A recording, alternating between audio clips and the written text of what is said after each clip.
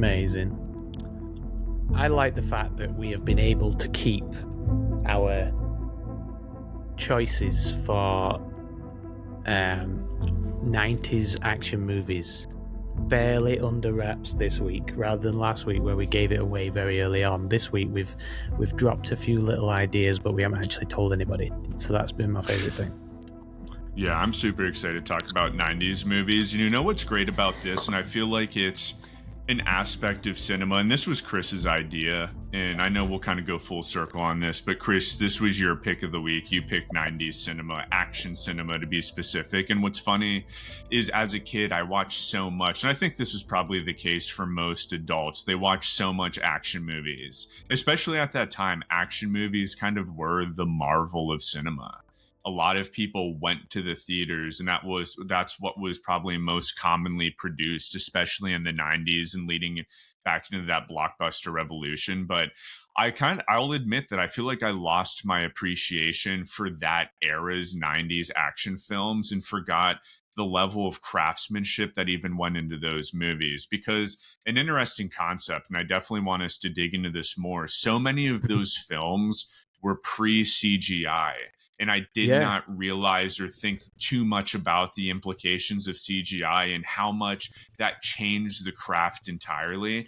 And if anything, you could make the argument that the 90s was the last purest decade of cinema. There was a certain level, and of course there was early cases of CGI and VFX that was used in movies like Terminator. It's not like the 90s didn't have those elements, but by and large, they did not drive the set pieces in the way that CGI for any type of stunts, action sequences are done now. It's just completely different filmmaking. I agree. I mean, like, all right, we're talking about overlooked 90s movies, but yeah, if you go into Terminator 2 as one of the things, and I know one of my best friends, Ross, who used to do look-offs with us, the look-off videos, he was the voice of the look-off videos. He was a massive, I suppose the biggest fan of Terminator 2 I've ever met. Absolutely obsessed with it. And it was one of the first movies using CGI for certain things. But what was great about it, as you say, is it wasn't extensively used throughout that movie. It was used for like the pops on the chest, and it was used for the guy freezing, the T-1000 freezing and then getting broken into pieces and then melting and then coming back together and everything like that. But like, think about it. In the same movie, you had a shot where a helicopter goes underneath a bridge. And the guy filming that was James Cameron himself, because his whole camera team refused to do it.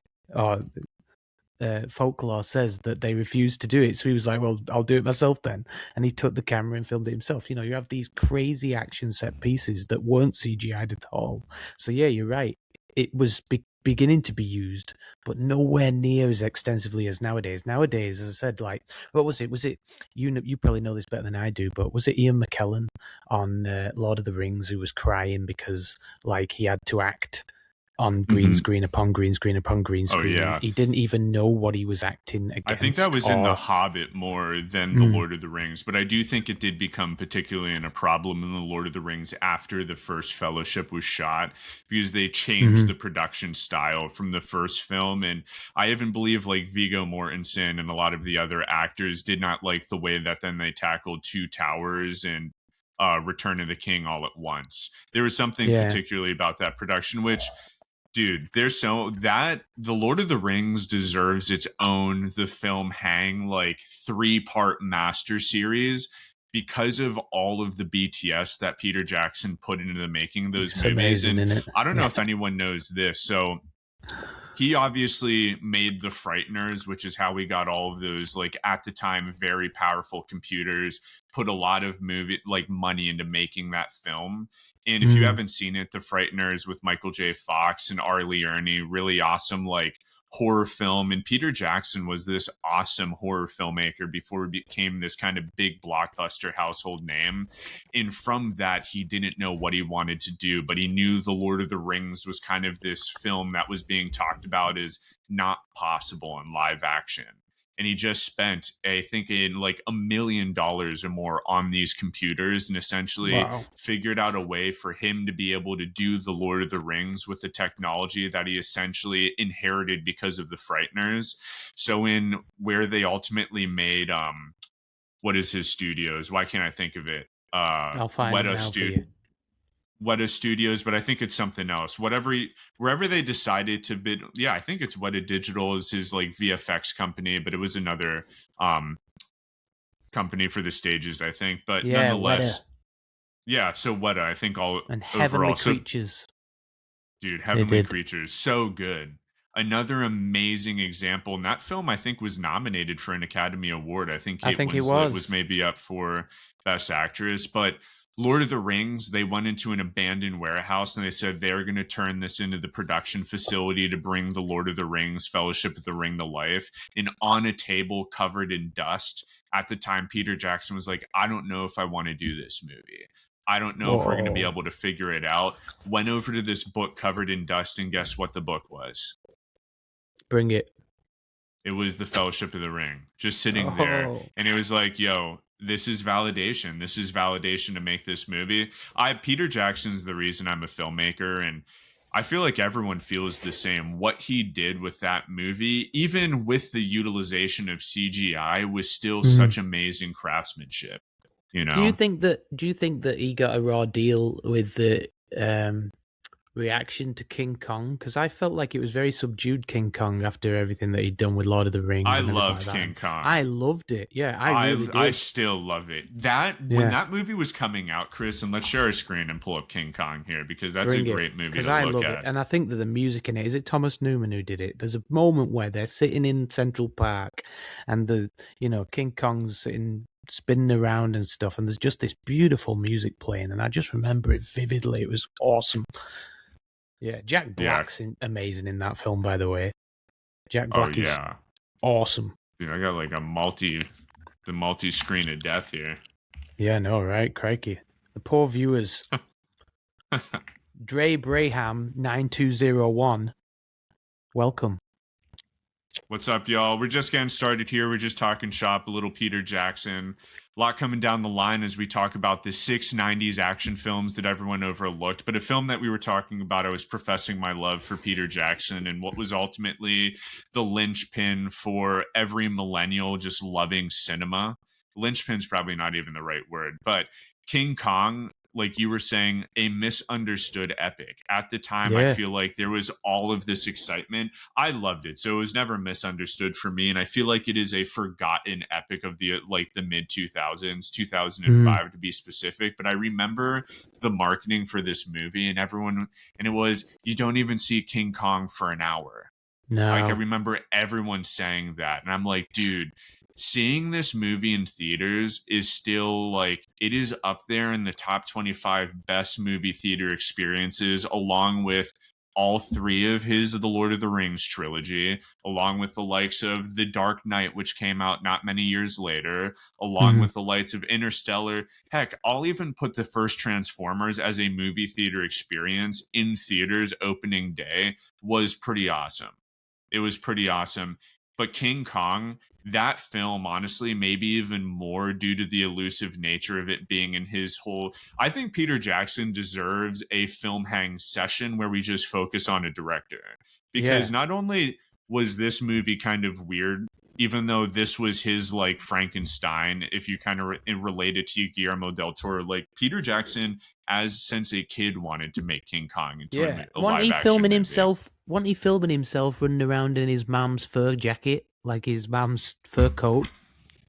I believe that he filmed his own King Kong as a child, like when he was first experimenting with film, and he was running around wearing his mum's fur coat, pretending to be Kong. I have definitely seen an interview with Peter Jackson where he has said, this is what I was doing when I was younger because I always wanted to make King Kong. And mate, if you ever go, I mean, like obviously we both live in LA. If you ever go to Culver City, they still have the places where they filmed King Kong. In 1937. It was definitely 37, wasn't it? Yeah. 'Twas Beauty Killed the Beast. I remember it vividly, right? They've still got all that kind of stuff there. So to remake that, you know what I mean? Oh, here we go. What's this you've got here, Brendan? Oof. There he is with Samwise Genshi.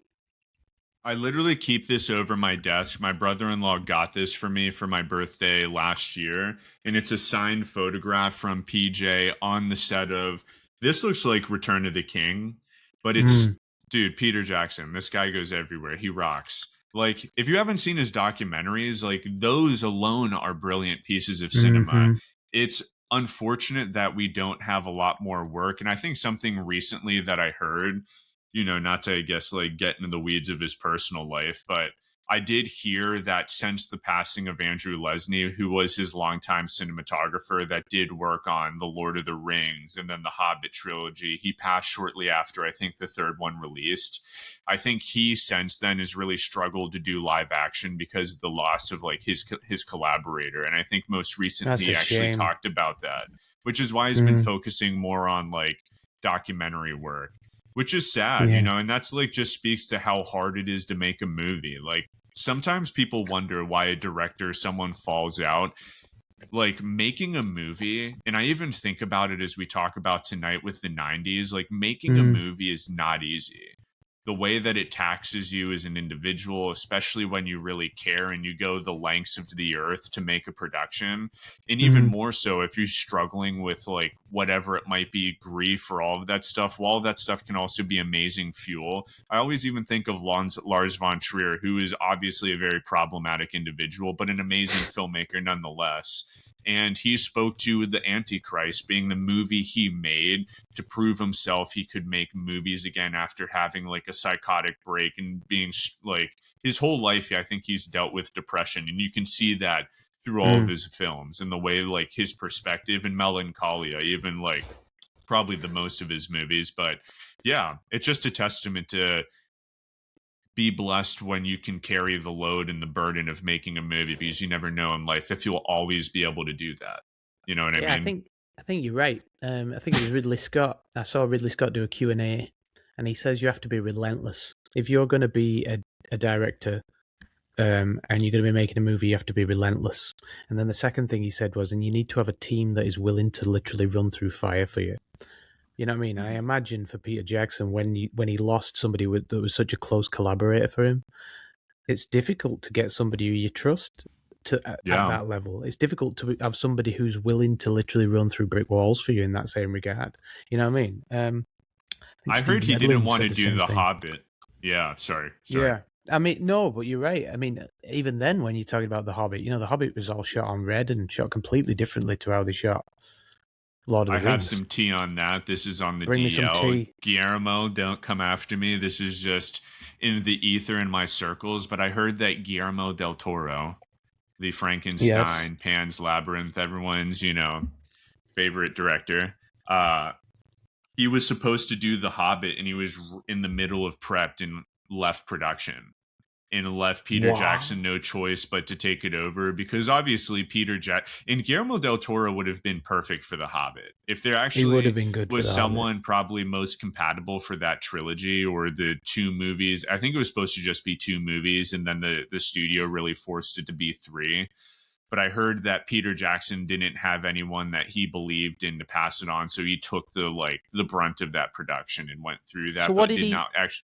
Yeah. Sorry, what did he leave to go and shoot then? Or did he just leave because he didn't want to do it? I think it was maybe a conflict or something like that. I'm not sure. Crikey, I don't know. I don't. This was like something around the time of The Hobbit coming out. I remember people saying, but I don't know if it's legitimate or not. So not trying to, like, spread false news, but to speak more to the, like, Peter Jackson side of it, I don't know that he fully even wanted to direct those movies. He was more in a producer role. If you're on the same, I mean, for anybody who's not seen it yet, it's on Hulu, it's on Disney. Get Back, the Peter Jackson documentary on the Beatles, is unbelievable. Like, it is 4 hours that are just so well spent, and it's such a slow burn, but it's really, really well done. It basically shows the Beatles gearing up to what will be one of their last gigs, if not their last gig, I think, and they're deciding where they're going to perform it. And they end up deciding on the roof of the building where they're recording, effectively. But the whole thing shows them rehearsing, coming up with songs and stuff like this. And we might have said this on a film hang before, but there is a moment where Paul McCartney composes one of the greatest songs of all time in front of your face. Like, and Peter Jackson just leaves us with him, and we watch creation. Like, we watch this moment of just brilliance just hit him. He's sitting and he's strumming away on his guitar, and he's trying to find the right bits, and he's just humming the song. He hasn't even got the words really, and it just appears. It's like you watch it and you go, you know, what is it? Is it Spielberg who always says that we're kind of connected to the grid? You know, you have to be there listening for when inspiration's going to hit you.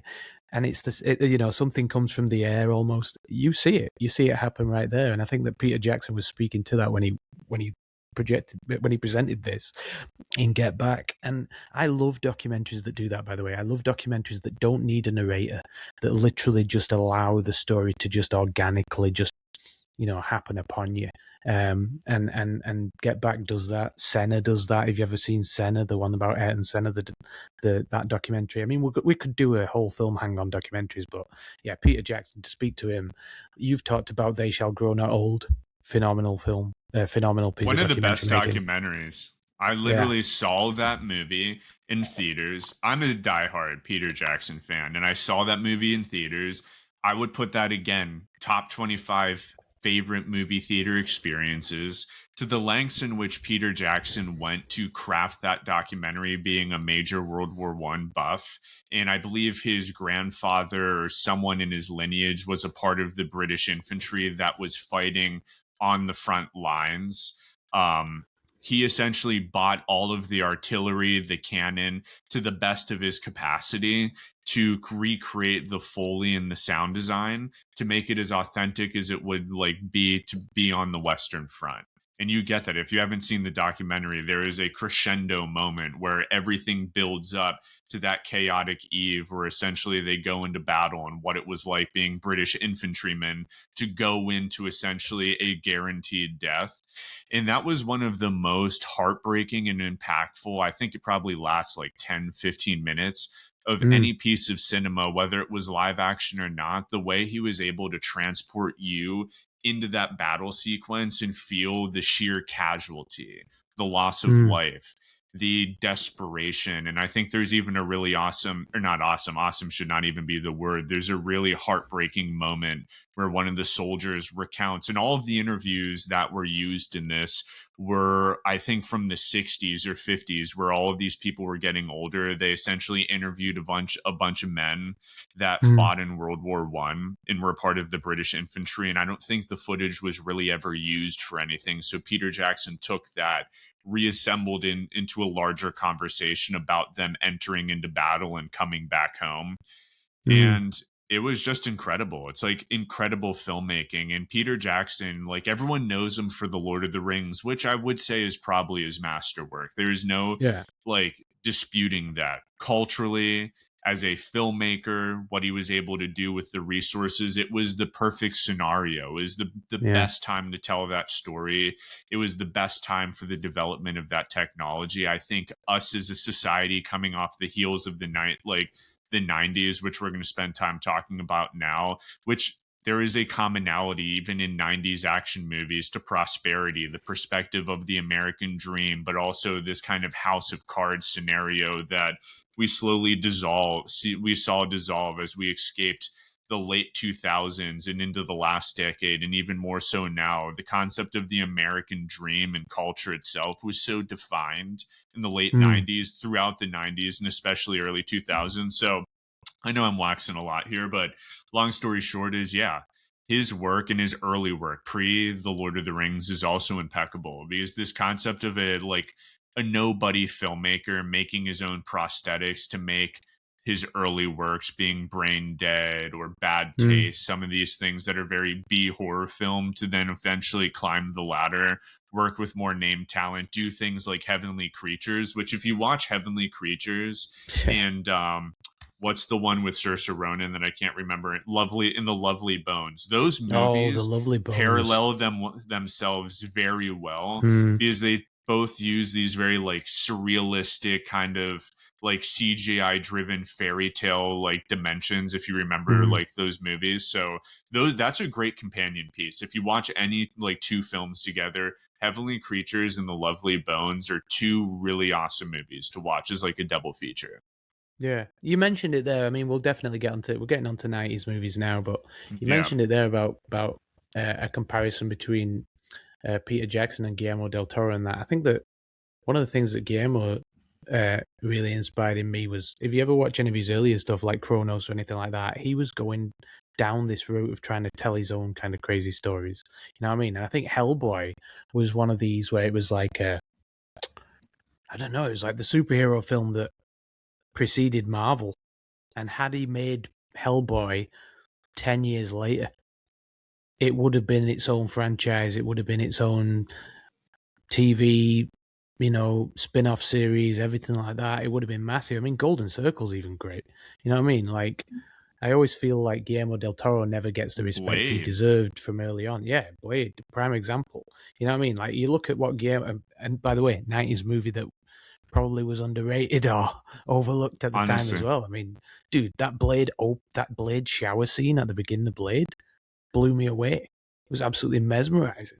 You know what I mean? No, you're so Anyway, true. I mean, both of those directors they're just such powerhouses. It's easy to forget their lesser like works. Even in Guillermo del Toro cases, a more like contemporary entry was like Nightmare Alley. Like that's honestly, I would say, is probably love my that movie. favorite Guillermo del Toro film of recent, Love even that more movie. than Frankenstein and some of these other ones. There's parts of that movie that are flawed. I think the third act could have been a little better, but overall, for like, I love Pan's Labyrinth, Guillermo del Toro. I love The Devil's Backbone era, Guillermo del Toro, where he was still telling some of these like Mexican Spanish stories that I thought were super awesome. I loved Kronos. I thought that was really great. Kronos In his is early, amazing. yeah, his 90s work is impeccable as well. But Pan's Labyrinth, that's his masterwork, at least in my opinion, still. Maybe Frankenstein eclipses it in terms of scope and scale, but in terms of personality and Guillermo del Toro working in what he does best with these adult fantasy concepts, Pan's Labyrinth is it's an incredible piece of cinema. I think we also need to incorporate into that. I mean, Pinocchio was a phenomenal piece of work as well. Like, I've stop never motion. seen Pinocchio. It's brilliant. It's brilliant. Yeah. And the amazing thing is, it came out probably about, I think it came out maybe even at the same time as Disney were doing their live action with Tom Hanks Pinocchio, if it can be considered live action with the amount of animation that was in it. But Guillermo's just eclipsed it. And this is the thing, if you ever see, I mean, I follow him on Twitter, and he always puts up everything. He puts up everything from his location scouts right through to everything, models that he's making just in his spare time and stuff. Like, his whole living room is like a massive, Frankenstein's creature head, and you name it. And it's just like, this is a guy who is just constantly creating. I really, really, really have a lot of respect for Guillermo del Toro. And when I've been and seen any of his Q&As, they're phenomenal. It's like the old wise head talking about, how he makes films and how he has become the filmmaker that he is. He talked in his last one about Nightmare Alley, and it was fascinating. One of the things that he does on set every day is he's there first thing in the morning editing, because he wants to, for the previous day, so that then when he starts the day, when he starts on set, he knows where he's coming from. He knows how he's carrying it on. He knows the kind of vibe that they had the previous day, and he's constantly doing that. Now, I know there's a lot of directors who probably do that. Tim Burton does it. He has his Jay Prochidney's always on set with him, always editing the night before, always editing the next morning, ready for the next day's takings. But yeah, there is something about that. Guillermo del Toro, he doesn't go to the bathroom. He doesn't leave set at all throughout a 12-hour workday. He is there all day. You know what I mean? And he's approachable as well. He says, I'm approachable by PAs right through to ADs, right through to camera operators, right through to grips, right through to gaffers. And it's like, I just love that. As much as, I imagine it can be pretty annoying if you have PAs coming up to you probably asking for work all the time. I love the fact that you have a guy like that who is willing to just give his time, as a filmmaker, because so many aren't. You have, for every Guillermo del Toro, you have a Michael Bay. You know what I mean?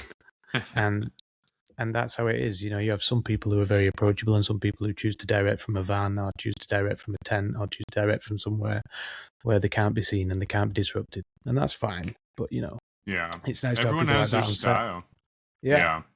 Totally agree. Yeah, And Guillermo del speaking Toro. of which, by the way, we've got the BAFTAs. We were just talking about it. Frankenstein won Best Production Design there. I think it's a shoe-in for the Best Production Design at the Oscars. BAFTAs have given us some great insight into what could potentially win the Oscars. I know that the Oscars voting crowd is different to BAFTAs. I get that, but it's interesting. We had Marty Supreme, which I said was one of the best films of last year when I saw it. I think I said it was one of the best I'd ever seen, and I've kind of relented from that now. But it was definitely a really good movie. That was nominated for 11, didn't win anything at the BAFTAs, you know. And yeah, I think Hamnet we were thinking would be best film, and it went to one battle after another, which is fine. You know, it's a great movie, and yeah, it's kind of given us an interesting insight into what's going to happen at the Oscars. Yeah, we'll have to see. You know what I'm excited for is Cannes this year. Speaking of awards, and that's probably my favorite award show. Supposedly, Terrence Malick's new movie is going to be released finally this year in May, and I might be at the Cannes Film Festival. And you know what would be the ultimate dream is seeing a Terry Malick film premiere at Cannes Film Festival and just being in the audience. I'd be like, everyone's clapping. It's like an 11-minute applause. I just keep holding the line. I'm like, let's keep going. We're pushing 30 minutes. You're going to be there for an hour. You best get your hands ready. You best be like sort of warming them up now. Absolutely. Well, Chris, we're talking 90s movies. So for everyone that's on the chat, it's awesome to have you guys involved. Another film hang the session here, session 5. 690 action films that everyone overlooked. This is Chris's topic, and Chris, you're going to go first. I know that you got some really awesome picks. I can also go first. You went first last week if you want me to kick it off.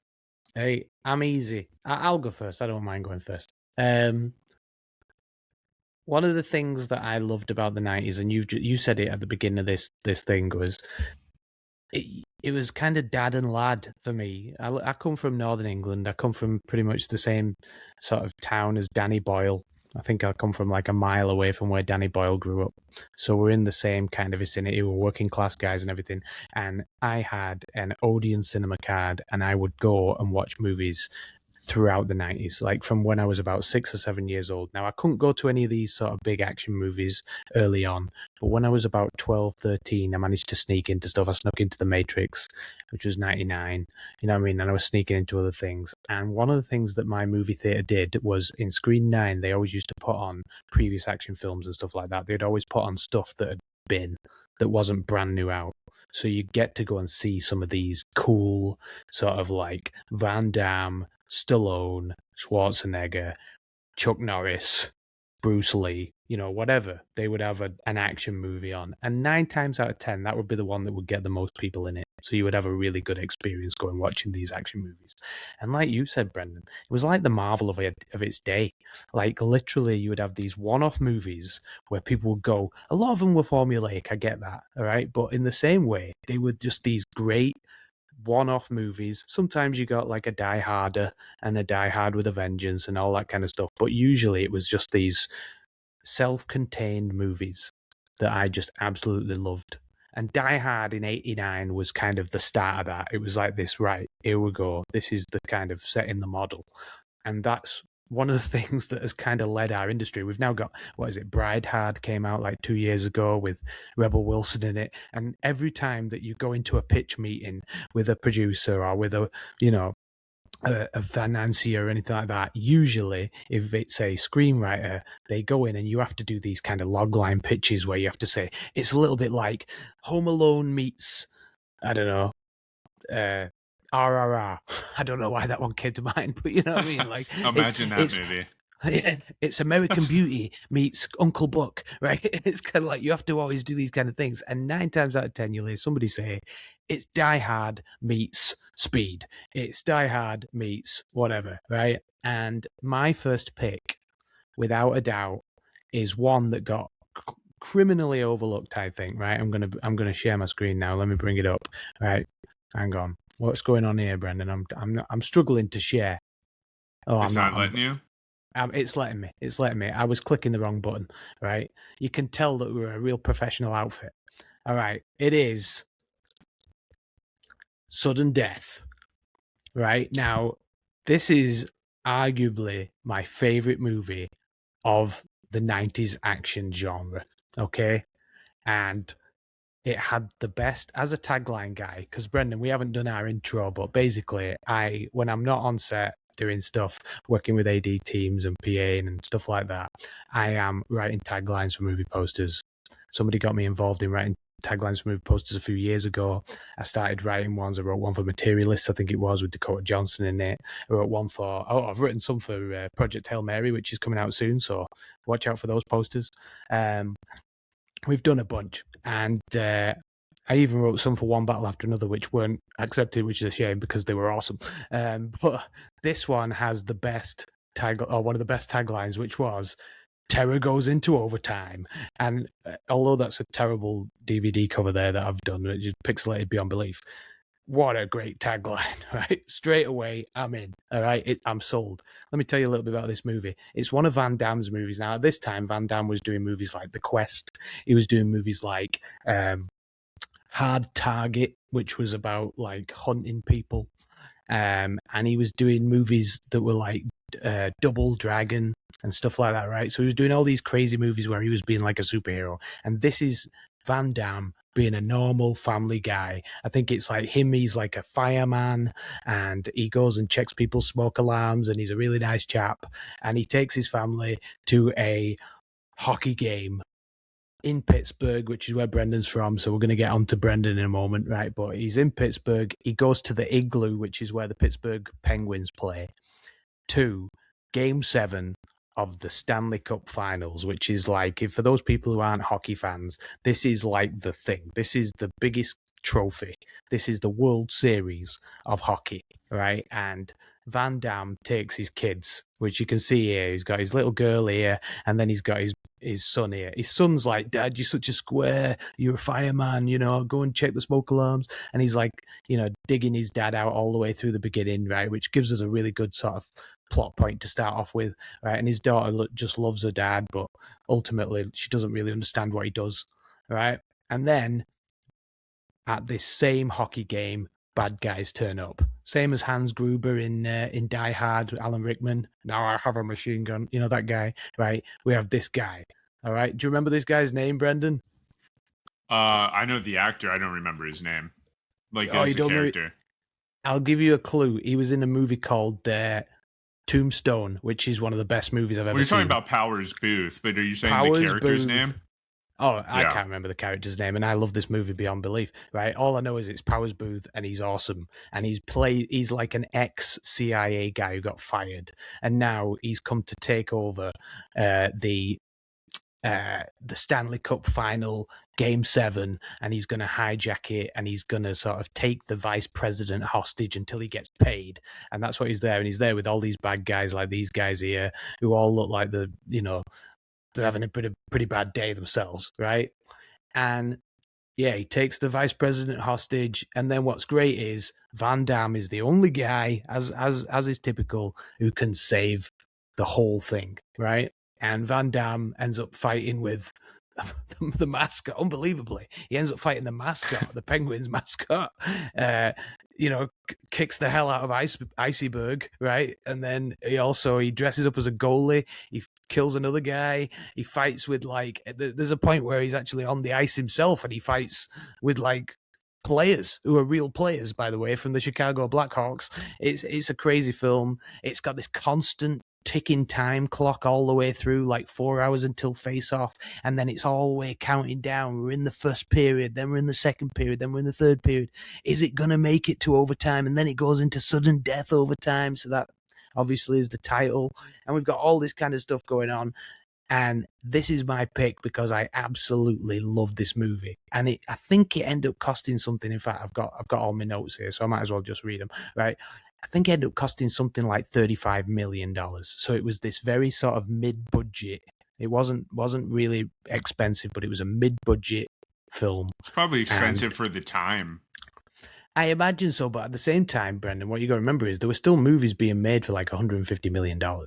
You know what I mean? There were still movies out there that were Yeah. getting made for a hell of a lot more than this. You know what I mean? But this was the one. And as I said, Van Damme playing just like this sort of family guy. And as I said, it's Die Hard at the Stanley Cup. When somebody went in to pitch it, that's what they did. They went, listen, this is going to be Die Hard at the hockey, right? Peter Hyams is the director. One of the coolest things about this is Peter Hyams. I'm not sure. I know you love your cinematographers, Brendan. I know that Filmmakers Academy love the cinematographers too. Do you know who was cinematographer on this? I have no Peter idea. Hyams, the same guy who directed it. He directed and DP'd it. All right. He shot That's it all cool. himself. Okay. And as I said, instead of it being a skyscraper, this is all set at the Stanley Cup. All right. And there were by the way, at this time, as I said, there were loads of these Die Hard knockoffs. You've got Under Siege 2, which was set on a train. It was Die Hard on a train. You had Passenger 57, Wesley Snipes in it. That was Die Hard on a plane. You had a movie called Skyscraper, I think, with Anna Nicole Smith in it, the Playboy bunny, right? And that was Die Hard.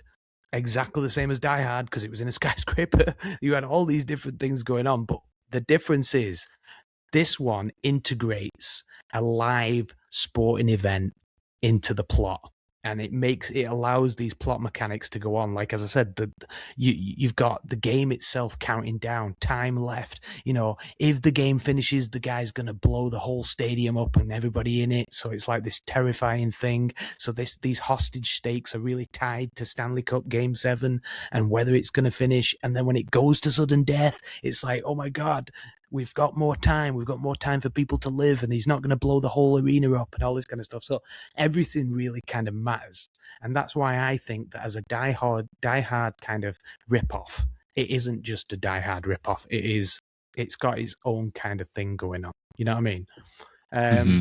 I don't know why, but I've got random other films going through my head, like Executive Decision, which had Kurt Russell in it.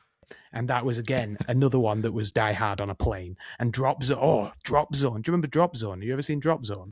You know Drop way Zone. more about 90s action movies than I do. Mate, Drop Zone was skydiving terrorists. All right. They're all out there. Charlie Sheen did another one, which was called Terminal Velocity, which was also about skydiving. But again, the Die Hard, this thing, the Die Hard sort of clone, it was the 90s was pretty much that. They'd seen what had happened in 1989 with Die Hard being an absolute hit and making Bruce Willis this action hero from being a guy who was in Moonlighting and was basically a comedy character. It changed the game, and this was one of those movies that really did take up the mantle and did really well with it, and that's why I loved it. You know what I mean? It was this, and think about it, Brendan, right? If you're a filmmaker, you got to think of it like it's in a contained setting. We're in one building. So therefore, it kept your budget under control. You weren't going flying all over here and everywhere like in Spy Game with Tony Scott. And by the way, Tony Scott's amazing, and I love Tony, and he's in one of my other picks, but I'm not giving any more away than that. All right, but like they were traveling all over the place from Hong Kong to here, there, and everywhere. This is in one place. All right. The other thing about this is it sets the stakes early. All right. Everything is, we know that this place is been hijacked. We know that there's these bad guys all around. Everything's going on. And then we've got this one charismatic lead, this, Van Damme against all these other bad guys. And that's the great thing about this movie. And I really enjoy it.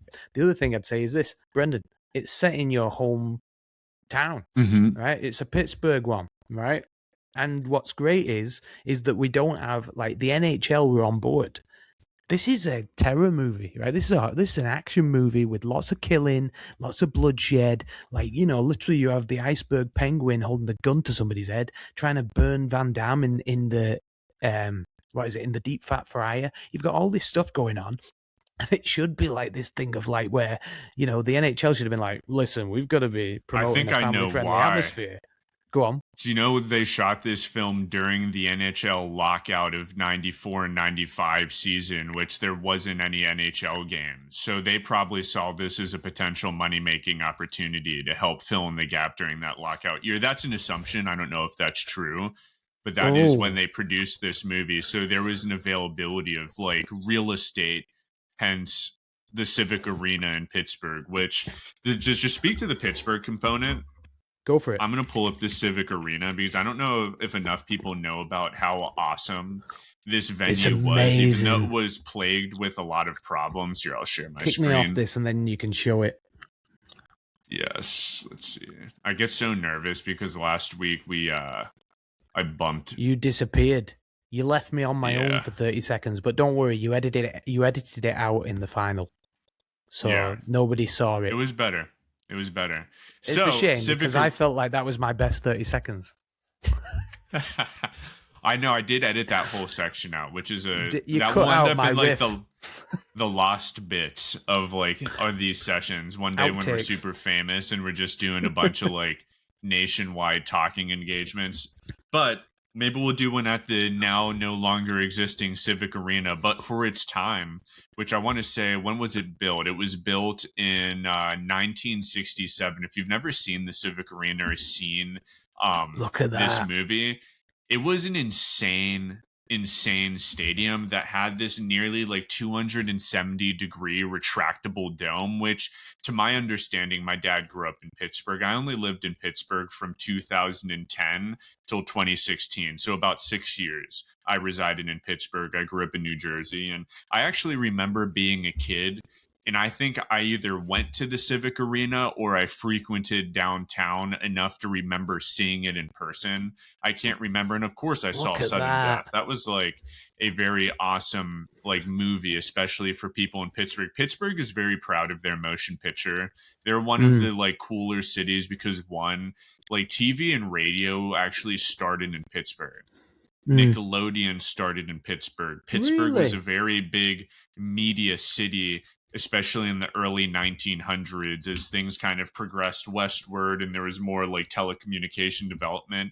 Not only was Pittsburgh pioneering with things like steel industry and steel manufacturing, due to like their universities, University of Pittsburgh, Pittsburgh Media Center, we were never like a massive movie town just because it does rain, snow. Pittsburgh's not the best city for those things, but even now it is a very big film city. Like, Fincher loves to shoot there. He shot all of Mindhunter there. There's been a lot of productions that are even shooting there now, like Mayor of Easttown and a lot of these other Outcast or Outlander, not Outlander, something else was big. There's been a series of big movies shot there. I mean, Nolan even shot the third one. Oh, Dark Knight Rises? The Dark Knight Rises. He shot select sequences in Pittsburgh, which is really awesome. It's a really great city. But the Civic Arena, this like anomaly of architecture, which was really awesome, even though this retractable dome was cool in theory, I don't think they did it quite often. And it is a really cool set piece because unfortunately they did tear it down, and now Pittsburgh Penguins, they're at the Pittsburgh Paint Arena, which is not as nice or as cool. I mean, it's very nice, but not as cool as this one. Yeah. You know, it's awesome. Yeah. I mean, like I think they called it the Igloo, didn't they? When the Penguins were playing there, I think they called the Civic Arena the Igloo. But yeah, you might be right. I think you are right. They shot it during the lockout, or whatever you called it. Yeah, that's what it was saying, at least in the trivia down here. The film was shot during the NHL lockout. I like that though, because you know the thing is, when you end up watching a movie, it takes me out of it when you watch a movie and it's like about football or about like an NFL football team or about an NHL hockey team or about anything like that, and they have to come up with a fake name and they go, oh yeah, the Pittsburgh Icebergs or anything like that. You like, yeah. And it just also ruins it. Whereas, go on. Pull up the Pittsburgh Penguins jersey that you have, or maybe I can find it, like 90s Pittsburgh Penguins. Dude, talk about an era. I'm not like the biggest like hockey fan. You're coming across a massive hockey fan right now. All I've got of the Pittsburgh outfit is Iceberg while he's fighting with Jean-Claude Van Damme, or she, as it turns out to be. I love these unis. This is when Mario Lemieux was playing. Is it Mario Lemieux in Sudden Death? Do you know what? There's what's his name? It's the guy who ended up playing for the LA Kings, Luke Robitaille. Because they call him Lucky Luke because he's the one who scores to send it into Sudden Death. But the coolest one is the netminder, right? And I can't remember. Oh, Brad Tolliver, his name is, and he's the one that when Van Damme visits him in the locker room early on, he tells him to f off or whatever he says, right? And then he ends up playing in net as Brad Tolliver. He puts on his uniform and goes out onto the ice and does the save of the season. And then has like a game ending fight and then gets sent off. You know, and it's like, yeah, That's what I love about 90s action movies is it has a lot of the same like structure to what we see with Marvel and what Westerns movies were, with these hero concepts and these people that can navigate such high stakes, but then they take on these comedic beats always. And like and I would actually say Westerns maybe escaped this the most, even though there was comedic Westerns and there was moments of that. But like the 90s does such a good job, like to what you were saying, like there's Jean-Claude Van Damme in this scenario, but then you'll see him do something funny like fight the mascot or like take a shot or something. You're like, it's the most ridiculous integration of these characters, but it's very fun, you know? The thing was as well, Van Damme was doing, I think he did Sudden Death, he did Hard Target, and I think he did Time Cop, all within the space of about a couple of years of each other, right? All three of these bangers, but his star was starting to fade a bit, right? And like, I've got a great story about Van Damme, which is like, go on the internet, guys, go on YouTube, type this in, right? Van Damme was in Predator. Did you know this? He was in the movie Predator. You told me about this. Did you know about this? This is brilliant. So Van Damme was like this kickboxer from Belgium, and he wanted to have the same kind of career trajectory as Schwarzenegger. Schwarzenegger came from bodybuilding, obviously, came over to America, he did Hercules in New York, or whatever it was called, had to have his voice dubbed because like he sounded very different to what people expected an action star to sound like. And basically he had this career trajectory, did Commando, did Predator, did all these different things. And Van Damme kind of followed that model and wanted to be just like Schwarzenegger. He gets brought into Predator, and on set, he thinks that he's going to be like Jesse Ventura. He thinks he's going to be one of the guys fighting, or he's going to be like this sort of, martial arts kind of alien. And he gets dressed up as like this thing, whatever the hell it is. He looks like a lobster, right? And I think that the suit itself was red at points, right? So that they could do proper CG on it or whatever, right? Yeah, there. And I think it was like a day and a half. And there's a great video about this. Like, they all talk about it. You have like, Carl Weathers talks about it, and Schwarzenegger talks about it a little bit. And basically they were all like, like, this Belgian guy was losing his mind. This Van Damme was going crazy because he didn't want to be this character kind of dressed up like this. So yeah, he ended up walking away from production. So like, that was his introduction to America, American film. And then, as I said, then he managed to find his way. And this was sort of, as his star was starting to fade, he did these three movies, Time Cop, which is great, by the way. Time Cop's awesome, right? And then he did, Hard Target, which is a brilliant movie. Hard Target is one of my favorites. It's all about like rich people paying. How prophetic is this, by the way, Brendan? Right? It's about rich people paying to hunt homeless people and poor people and stuff like that. That's Hard Target, ultimate, right? Then there's another one he did, which is really kind of underrated, which I could have done again, which is called Nowhere to Run, where he plays like a kind of like a criminal, and he's got to still sort out the bad guys, and he does all these different movies. And then, as I said, this is the one that kind of like, it cost 35 million. It didn't really recoup what it was getting, and it was right before like Independence Day and all these massive movies that were about to come out.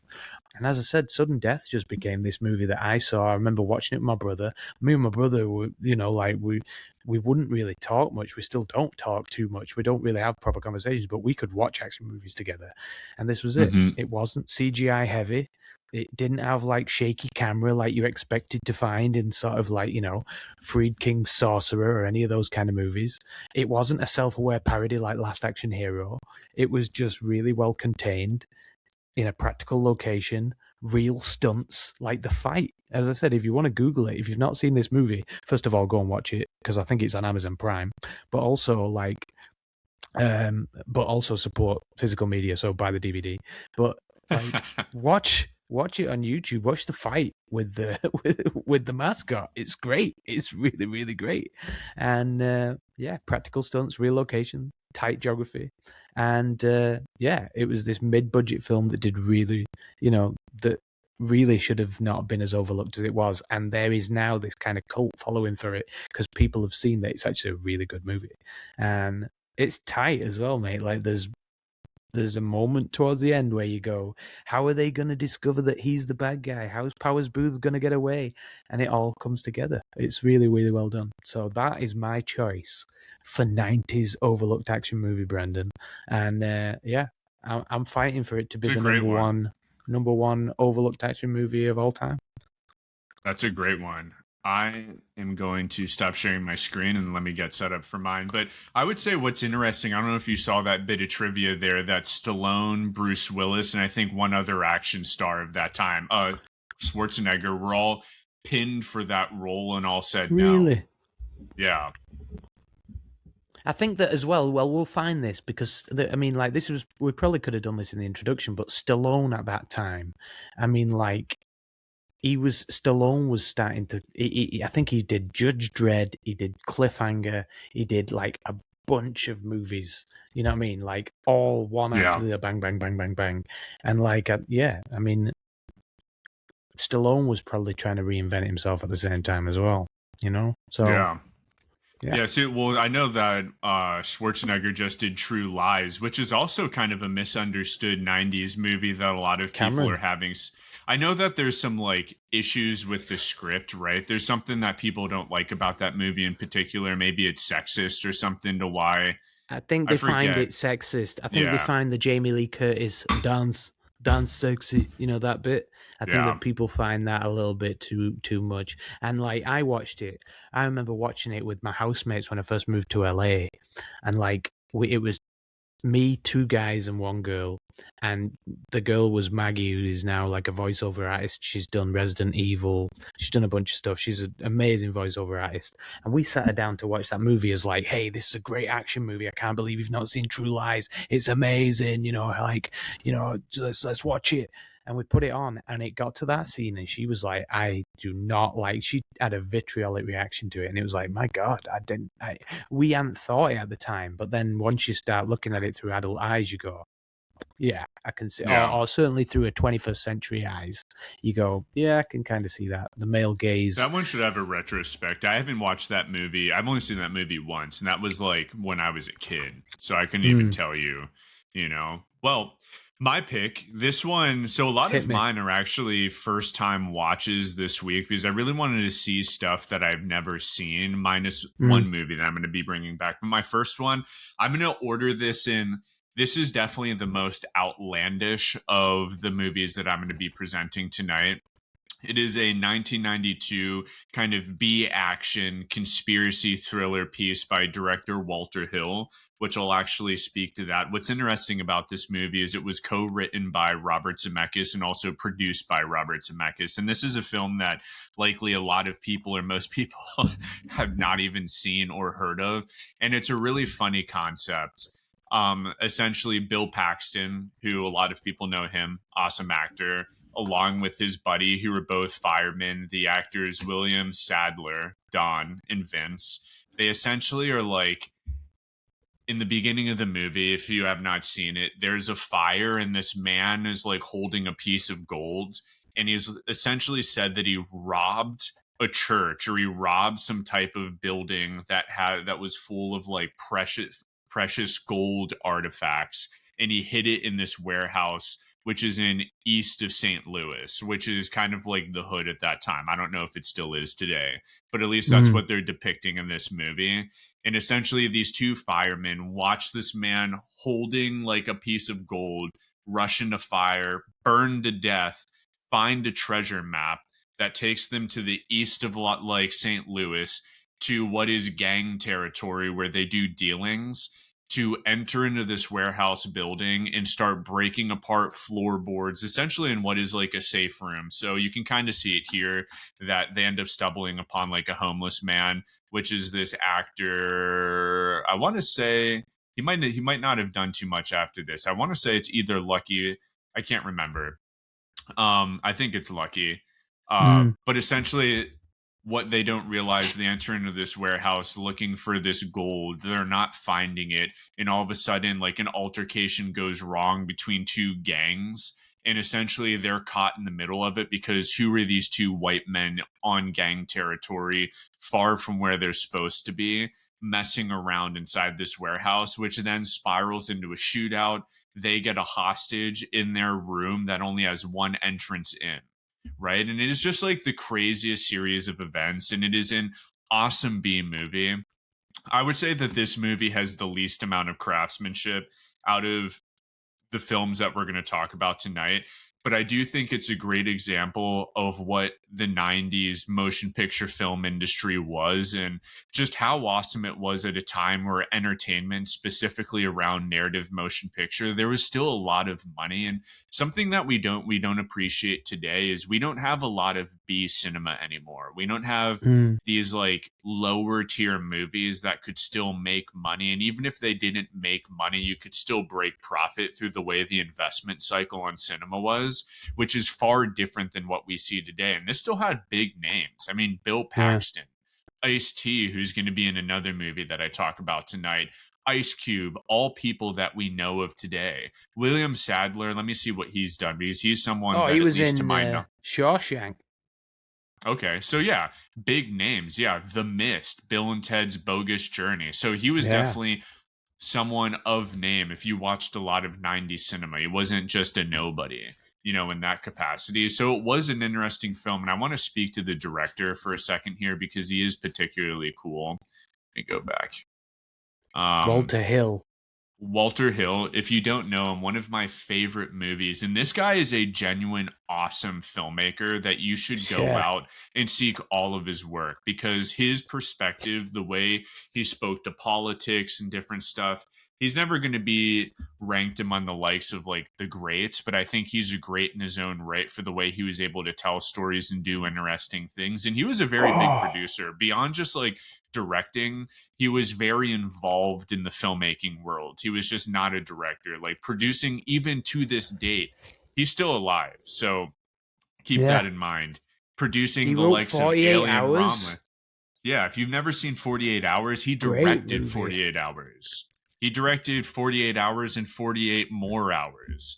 Like, he is a great filmmaker, just producing Romulus, Covenant, Prometheus, working with Ridley Scott, Deadwood, the TV series, Alien versus Predator, Alien Resurrection.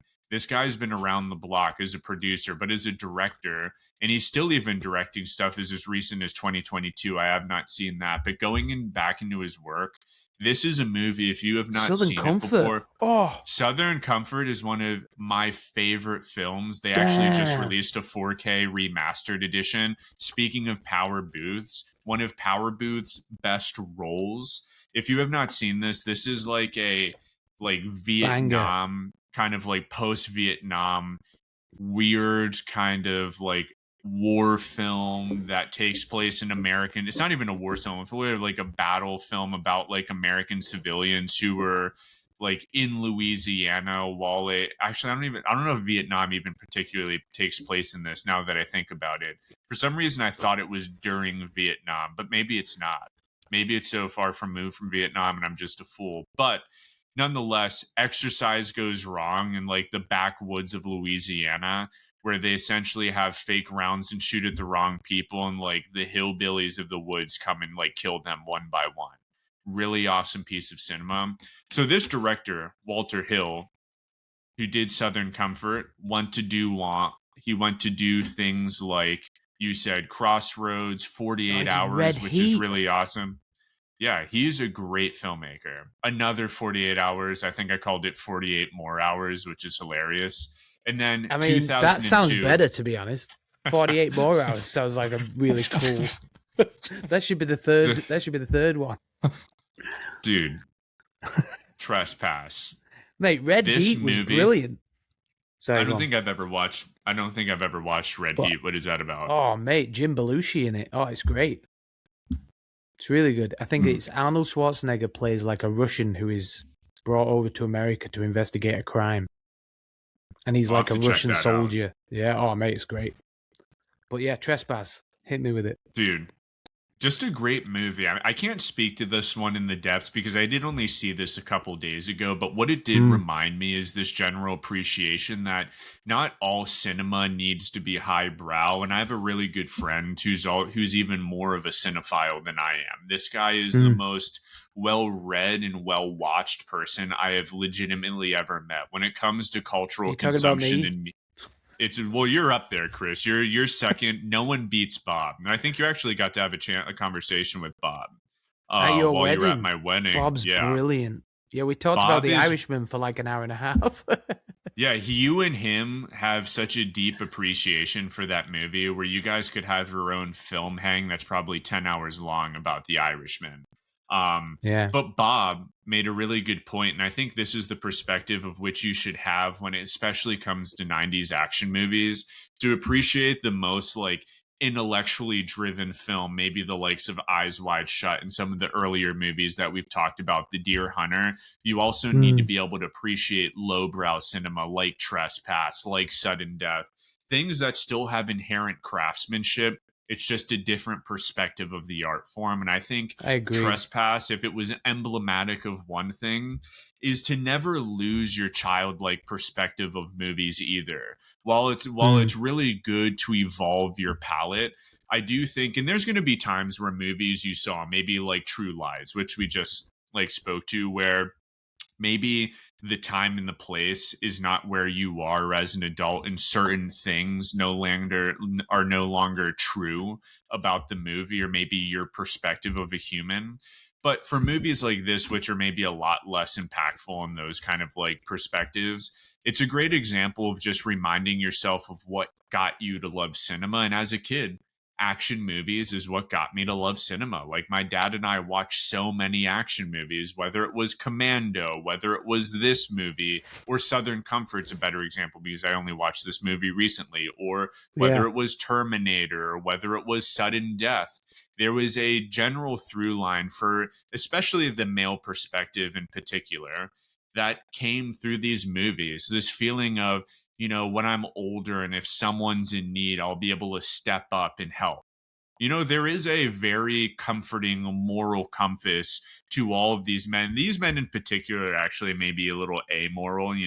What they're doing is a little blur line. They're kind of finding lost treasure and they're going to establish themselves with a better livelihood. And in particular, this character, Mm. he definitely is the one that is pushing the needle, where Bill Paxton's character is more of the moral ground, like, hey, let's get out of here. It's not worth it.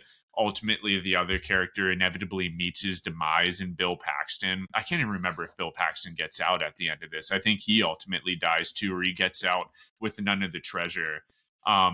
But it's just a really great examination of that Mm. period. This was a year before I was even born. I was born in 93, so that dates me, everyone. So this came out 1 year before I was born, but I think it's just a great perspective, especially of what you spoke to as well. There was things like Die Hard and major action movies that were getting produced. So even these B tier action films were an awesome outlet for people to get their Mm. start and cut their teeth, like Bill Paxton, which that's not the case anymore. Like, what is I guess now, if you're like cutting your teeth, you're kind of doing a young adult drama, something like Bridgerton, right? That would be the equivalent, I think, of what this would be today. Do you? I want to actually just reference somebody who's just made a comment here, but then I'm also going to ask you a question, right? But Andrew Pross has just written how much he liked Southern Comfort and said, I shot horrible, bad plotted movies influenced by Southern Comfort on Super 8. And that was the thing. That was what action movies did. We all did it, right? It was one of those. I mean, I didn't have the Super 8 or anything like that. I had literally a home sharp camcorder, like one of these little things. It was absolutely rubbish, like shot onto like one of those crappy little videos. But I on those little video cassette tapes. But like we all did it when we'd seen it. Like I think my brother and I, when we saw Rocky 4, like it was like, right, I'm gonna be Rocky, you be Ivan Drago, because he was a foot taller than me and he was 2 years older, right? And we shot ourselves doing like a boxing scene, and he knocked out one of my teeth, right? And it was like that was the thing that you did. That was what action movies did to you. And here's the question I got for you, which is like kind of semi-based on that. But yeah, great comment, Andrew, by the way. And more people, like, tell us about how movies influenced you to go and make your movies and stuff. But do you think, this is the interesting thing for me, right? So the movies we're talking about tonight, Trespass and Sudden Death, and the other ones I'm going to get onto as we go through, right? But in the 90s, studios made tons of these sort of $30 million to sort of $50 million thrillers, these sort of mid-budget, as we call them, adult action movies that weren't necessarily like franchise entries. They were sort of star-driven and they were adult skewed. They were based, you know, they were for sort of 15, 18-year-olds and above, right? They were all self-contained. Whereas today you have, you know, these things live only on streaming. You know what I mean? And the theatrical space, the cinema, is dominated by either $200 million franchise films, Marvel, etc., or micro budget horror. You know what I mean? And do you think that, and I'm asking you this, Brendan, do you think that the 90s was sort of the last era when you could build a movie around a star, around one person, around a kind of like a Schwarzenegger, a Stallone, a Van Damme, and a self-contained concept without needing a cinematic universe to sell it? Because what we're seeing nowadays is things like, you know, the best example I can give, and I hate to slam any movie because I don't go to the movies to slag any off, but like something like the Captain America, I don't even know Winter what it was Soldier. called. Yeah, the new one, right? Maybe, Whichever yeah, one I it don't even was. know what it.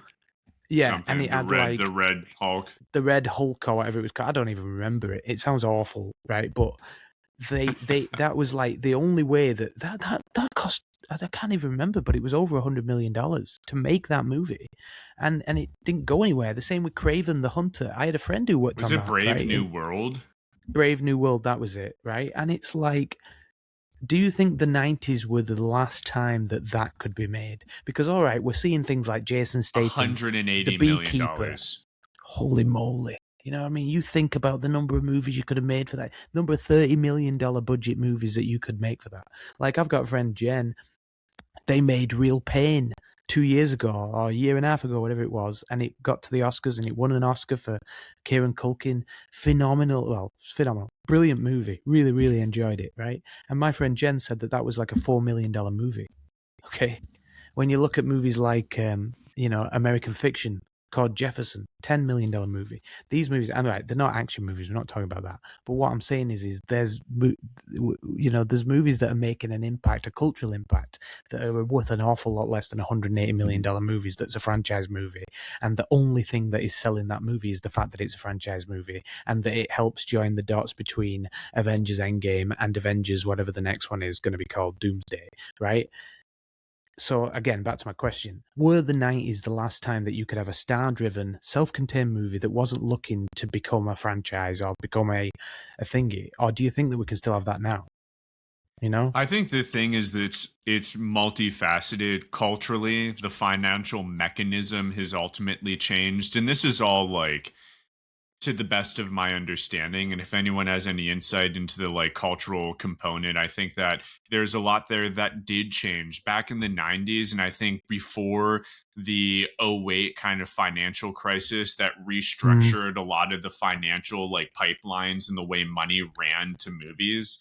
Before that, a movie did not live or die only based on its box office receipts and its financial success. A movie could fail and still make profit and still be a win. But after '08 and the way everything changed in the financial model and the way that like money was funneled into production, I think that changed the way that the industry ultimately looked at the success of a movie needing to have like a guaranteed success. So in the 90s, even something like Sudden Death, you know, and there's examples of movies that just did really awful financially that were a problem. I mean, look at Waterworld. I think that's probably a really good example of a 90s production that was incredibly impactful. But even still, with that movie being a financial failure, to my understanding, it was still a win for the studios, though. So keep that in mind.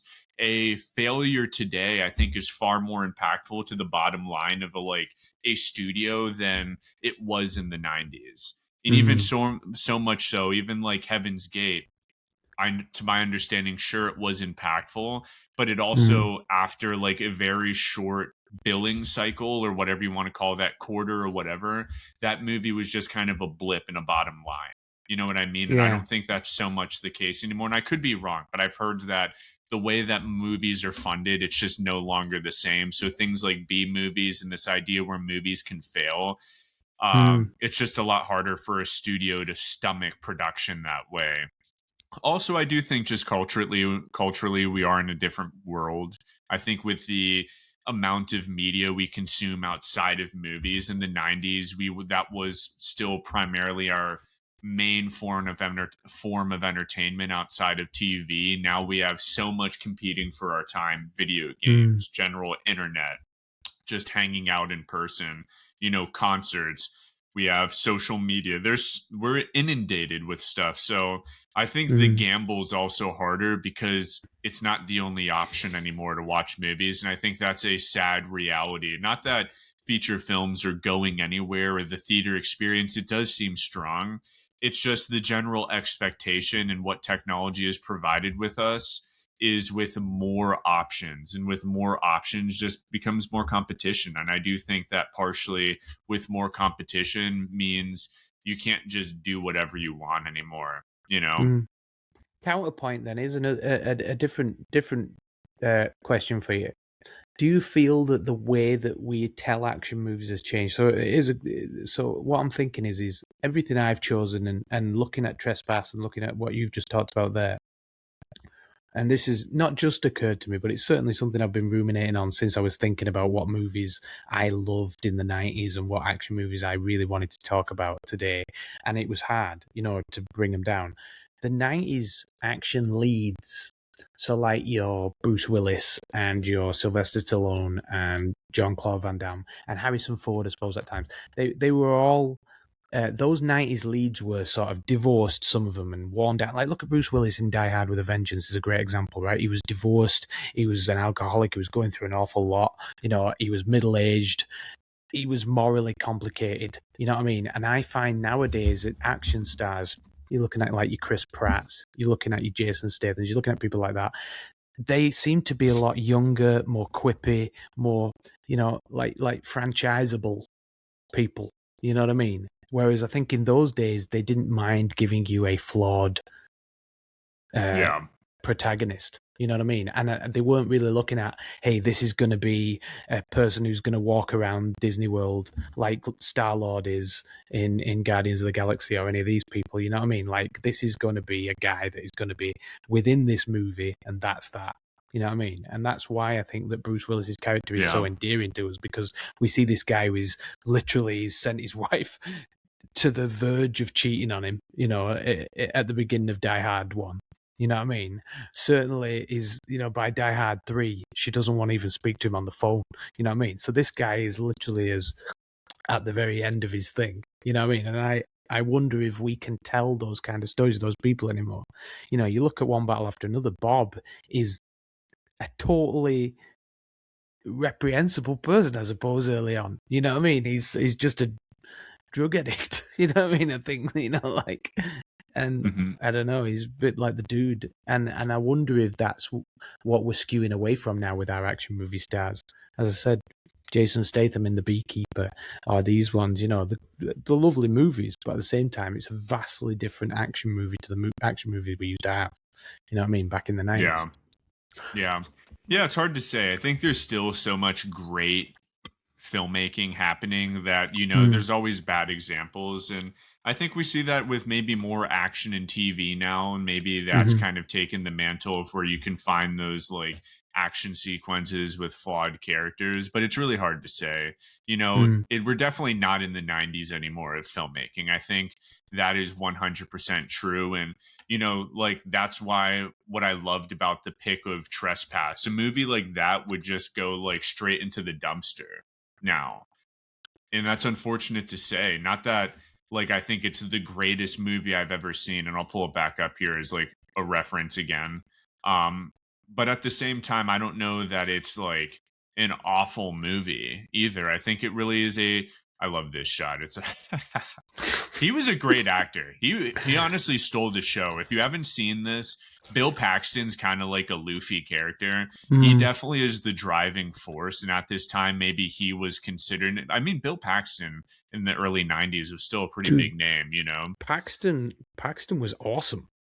Like, yeah. When you think Have you about seen him this in, movie, like, Chris, or Twister no? and stuff, I've not seen Trespass. No, I'm going to do now, though, Yeah. now that you've explained Yeah. it. Yeah.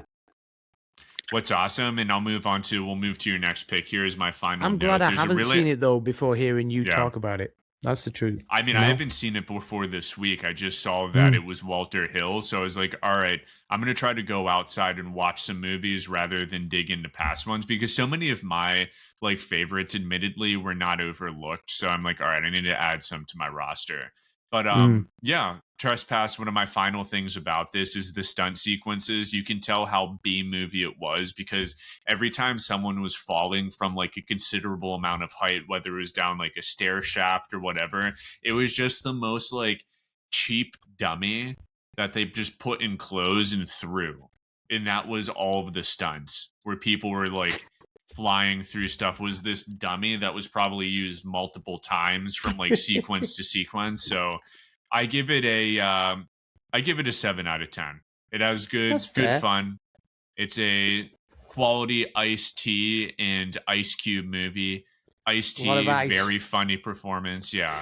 He's probably the second best part of this movie as kind of the leader of like the the opposition. So yeah, and it's fascinating that Robert Zemeckis wrote that. That in itself, I think, is super, super interesting. So that is my first. That in itself has got me to watch it, to be honest. Yeah. Zemeckis, we also man. have Macrum Dave said, streaming practically killed off Blu-ray and DVD sales. What could be a secondary market? Yep. So the funding equation shifted to big budget films. Yeah, that's exactly what true. I think. Yeah. Matt Damon sort of talked about that on what was it, Hot Ones? I think it was, actually, the one where you eat lots of spicy wings and stuff. He was talking about that. He was saying that usually will give you a second bump. You know what I mean? Yeah. In your DVD sales, and it just doesn't happen anymore because it goes straight to streaming. You know, I found that with my documentary. You know, like we got a streaming deal with Amazon Prime, which was great, but at the same time, it was one of those where it was like, that meant that if people wanted to buy the DVD from Amazon, right, the same thing that it's streaming on, it would send them to streaming. So therefore, they could watch it for free, and we would get pennies on the dollar, really, rather than a DVD sale, which would be $15 to $18. You know what I mean? Like, that was... So we would have got paid a lot more as filmmakers if people had bought the DVD, but because it's being sold through Amazon as a DVD and being sold as a streaming product, people would go for the streaming. That was the natural way. You know what I mean? You can get it immediately. You can watch it right now. So therefore, that does affect films, even to the point my documentary. As I said, it was the same kind of thing. So we're talking about 90s movies, Brendan, my second choice. And people can say, by the way, that this one was a success, but I still think it was overlooked. And I think it was overlooked. I still consider it to be an overlooked movie, and I'm going to explain why in a moment. But this was my second choice, all right? And I told you about this one, so you already know, right? But here's the first screen grab, all right? This is Enemy of the State, all right? Tony Scott film starring Will Smith and Gene Hackman, all right? And I know that you love The Conversation, and we're going to do a film hang about The Conversation. This, for me, is Gene Hackman's character post The Conversation, all right?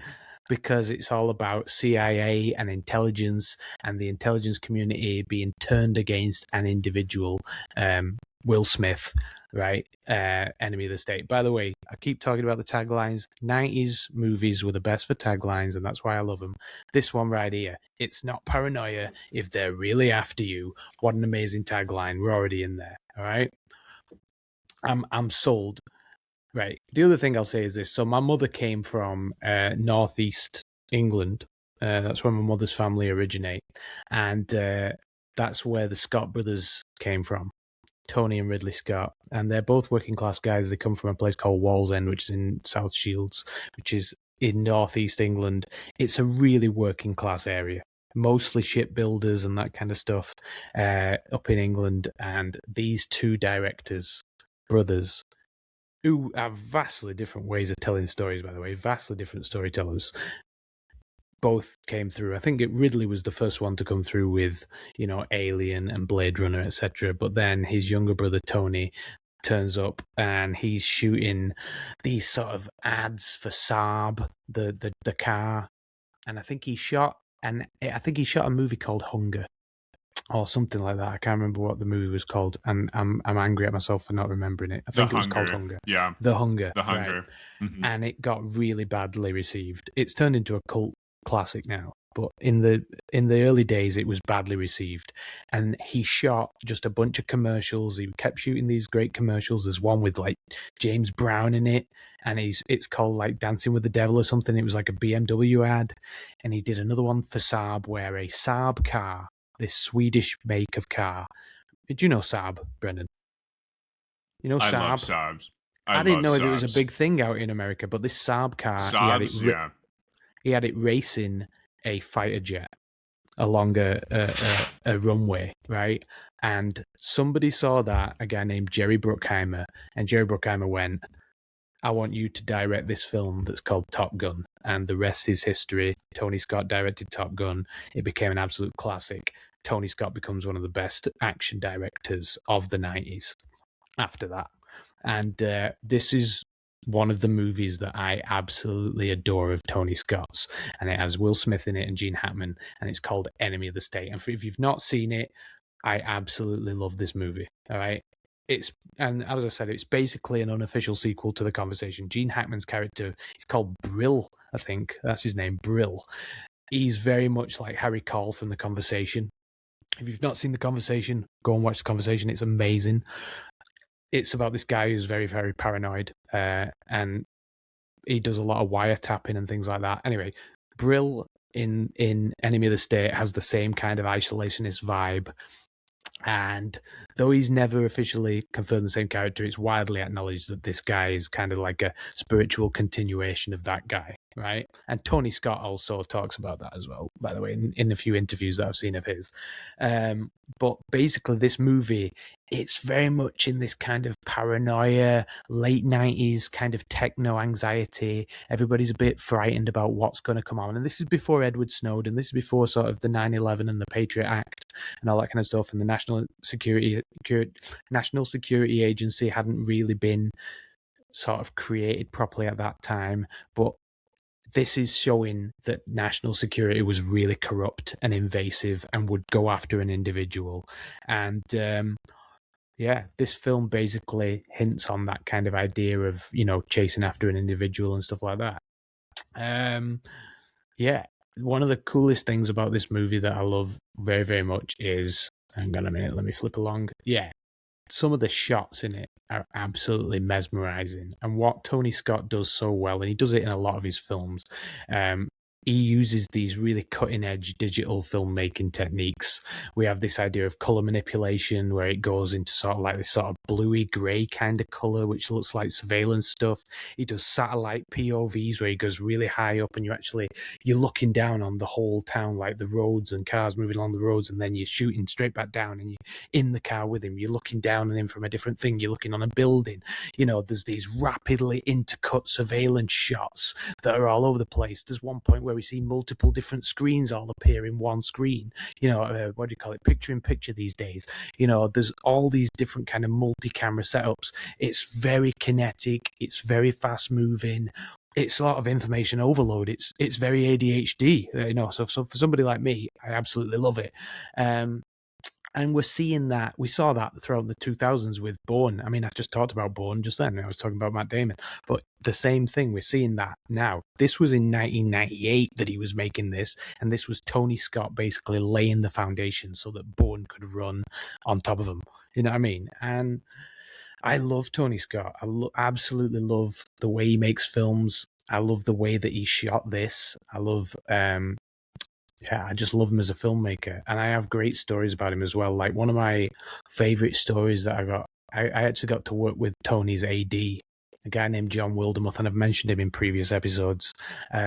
And the whole time I was on set, anytime that we had a break in filming, anytime that they were setting up new lights or we were flipping the world and we were turning around or anything like this, you would have a moment where he would be getting a drink or anything like this, and I would just sort of sidle up to him and just ask him questions about Tony Scott and what Tony was like, because I think he shot like 9 or 10 of his movies with John.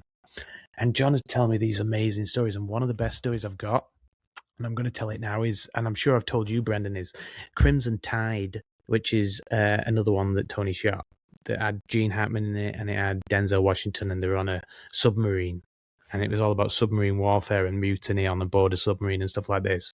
One of the cool stories is this: Tony would do whatever he could to get the shot, and this was all practical filmmaking. It wasn't CGI. They weren't using computers. They were all using practical means to get the shot. And that movie was all about submarines and nuclear submarines. And they were shooting in Honolulu in Hawaii. And Tony wanted to get a shot of a US nuclear submarine coming out of the submarine pen, or whatever you call it, the submarine dock, and diving and going underwater. And here's the crazy thing. Every shot in that movie, and if you've watched Crimson Tide, every shot in that movie of a submarine, right, which there's tons of them, I will tell you now, every shot in that movie of a submarine is a stolen shot. They didn't have permission to get it, right? Tony wanted to shoot these submarines coming out of these submarines pens, submarine docks, and he was told unequivocally by the Navy he wasn't allowed to do it, because obviously you're filming a nuclear submarine going out on maneuvers. So Tony wanted to go actually into the US Navy base and shoot it, and they said no. So what Tony did was, he's there with his cigar apparently, and he said, right, we'll get a long lens and we'll go along the beach and we'll shoot whenever we see those submarine door gates open, we'll film and we'll shoot it and see if a submarine comes out. And sure enough, that's what they did. So the first day they did this, they shot this submarine coming out and going off on maneuvers. And then the next day he said, why don't we charter a fishing boat and go and film them, like, coming out towards us, so we can get like a head-on shot of a submarine leaving the gates and diving and everything like that. So they shot that. And then, I say the next day, but another day, they chartered a helicopter, and that was when apparently the Coast Guard came and stopped it. But like, that's what Tony Scott was like. He wanted to get these kind of shots. Another example, which is brilliant, is when they were shooting Spy Game. They had 2 units. So they had one unit that was filming on one, and everybody has a second unit, we know that, but they had 2 units set up on different buildings, and they were shooting on one building, and then they would all jump into a helicopter and fly to the other building where a second unit had set up, and they would film there while the first unit, broke down the set where they were at, and then moved to a third location. And it was apparently they were shooting at such a kinetic rate that they were shooting like 16 pages on a day. It was a fascinating thing to hear about how Tony Scott shot movies. And as I said, this is pre-CGI, or not pre-CGI, but certainly he was shooting practical at a time that CGI was certainly in its infancy. And that's one of the things I absolutely love about Tony as a director. And here he is, in his Marlboro hat, and I'm surprised he hasn't got, this might be his cigar here ready to go, but this was the way he shot. And if you ever watch Tony Scott films, he has like a fingerprint. He shoots like a war movie, as I said. He has like long lenses and cross-cutting pursuit sequences, and these rapid zooms and rapid zoom outs and rapid zooms in, and then always overlapping dialogue. It's very like kinetic. You talking. Yeah, well, literally, as I was talking about overlapping dialogue, we just did it. You know what I mean? So that's exactly what I mean. It's the way he does it. And yeah, I love that about Tony. These long lens, what he did with the long lens was he was able to compress everything in. So the city felt there's a shot of Will Smith going through the city, and it feels very claustrophobic. It feels very squashed up like that. And he did the same thing in Crimson Tide. He's shooting on the stage, but he's shooting with a long lens so that this long submarine, this big nuclear sub, feels very squashed up. And this is one of the things that he did all the time. He could compress the space with it. He could make any environment feel very claustrophobic. And I think with this film, you felt like somebody was always watching you. Somebody was always watching you from a distance. Somebody was always keeping an eye on you, and that was exactly it. It was meant to show surveillance. It was meant to show this idea of like a sniper watching. I don't know why. I just thought of Warfare, that movie that came out last year, which is brilliant. Again, looking through the sniper scope at somebody, it's terrifying seeing somebody in the crosshairs. And he did it, as I said, he did it in Crimson Tide. He did it in Man on Fire. If you ever watched Man on Fire with Denzel Washington in it, one of the best films of all time, right? I love Man on Fire. It's such a great movie. I've got a great story about the ending of that as well, because apparently Tony shot multiple endings to his films because he never knew what he wanted until he was in the edit suite and what felt right. So he would shoot multiple endings. And with Man on Fire, he shot 6 different endings. I'll ask John again and see if I can find out how many, but I think it was 6 different endings. One of the things in this one, as I said, is those multiple monitors, those different, like where is it? I think when he goes into the NSA truck, which has Seth Green in it from Austin Powers and Jack Black, they're sitting there and they've got all these different monitors, and straight away you don't need to know anything else about them. These guys are watching everything you do, and you find that out really early on. One of the things that he does as well, he uses handheld all the way through movies so that he can show this kind of urgency. When you're in pursuit scenes, you're with him, you're handheld. He's chasing after things. The snap zooms that are, wouldn't be akin to like The Office, but he's doing these snap zooms suddenly so that you have these whip pans as well, sort of catching up with a movement. We're in the middle of the action. He'll cut as well. When you're midway through the running, there'll suddenly be a cutaway. It's just classic Tony Scott style, and that's one of the things I really like about this. Another thing, as I said, he does in this is he'll film his characters through like screens. He'll film them through windows. He'll film them in reflections, mirrors, and all this kind of stuff. And it's like there's always a layer between you and the character. You're never seeing the person clearly. You're never seeing the person as they are. There's always this mediation through a window or through a mirror or through a frame or through a car windshield or through, something. There's always a slightly distorted or partially blocked view of the character that you're looking at. And I really like that about Tony Scott.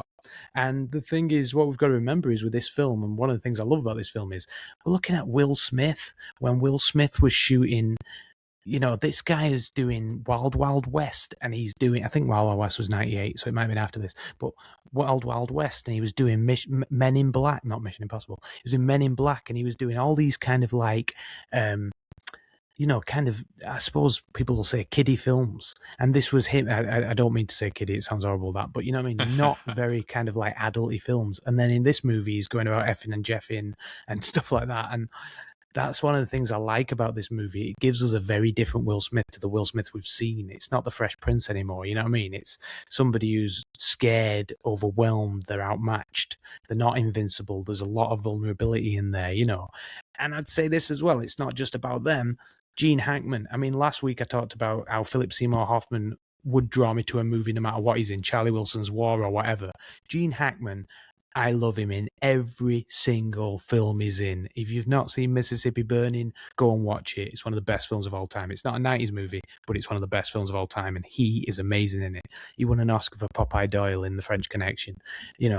Royal Tenenbaums, I think he's the best part of that whole movie, right? Mm-hmm. Gene Hackman is awesome. And in this movie, he steals the show. He's better than anybody else on the screen all the way through it.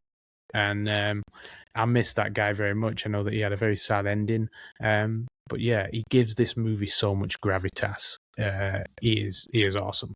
So I hope I've sold it to you, Brendan, that this deserves to be one of the best movies of all time. And I'm reading David Markham's messages right now, and he's saying some really cool stuff. So nice one, David. I'll read those as we go through it.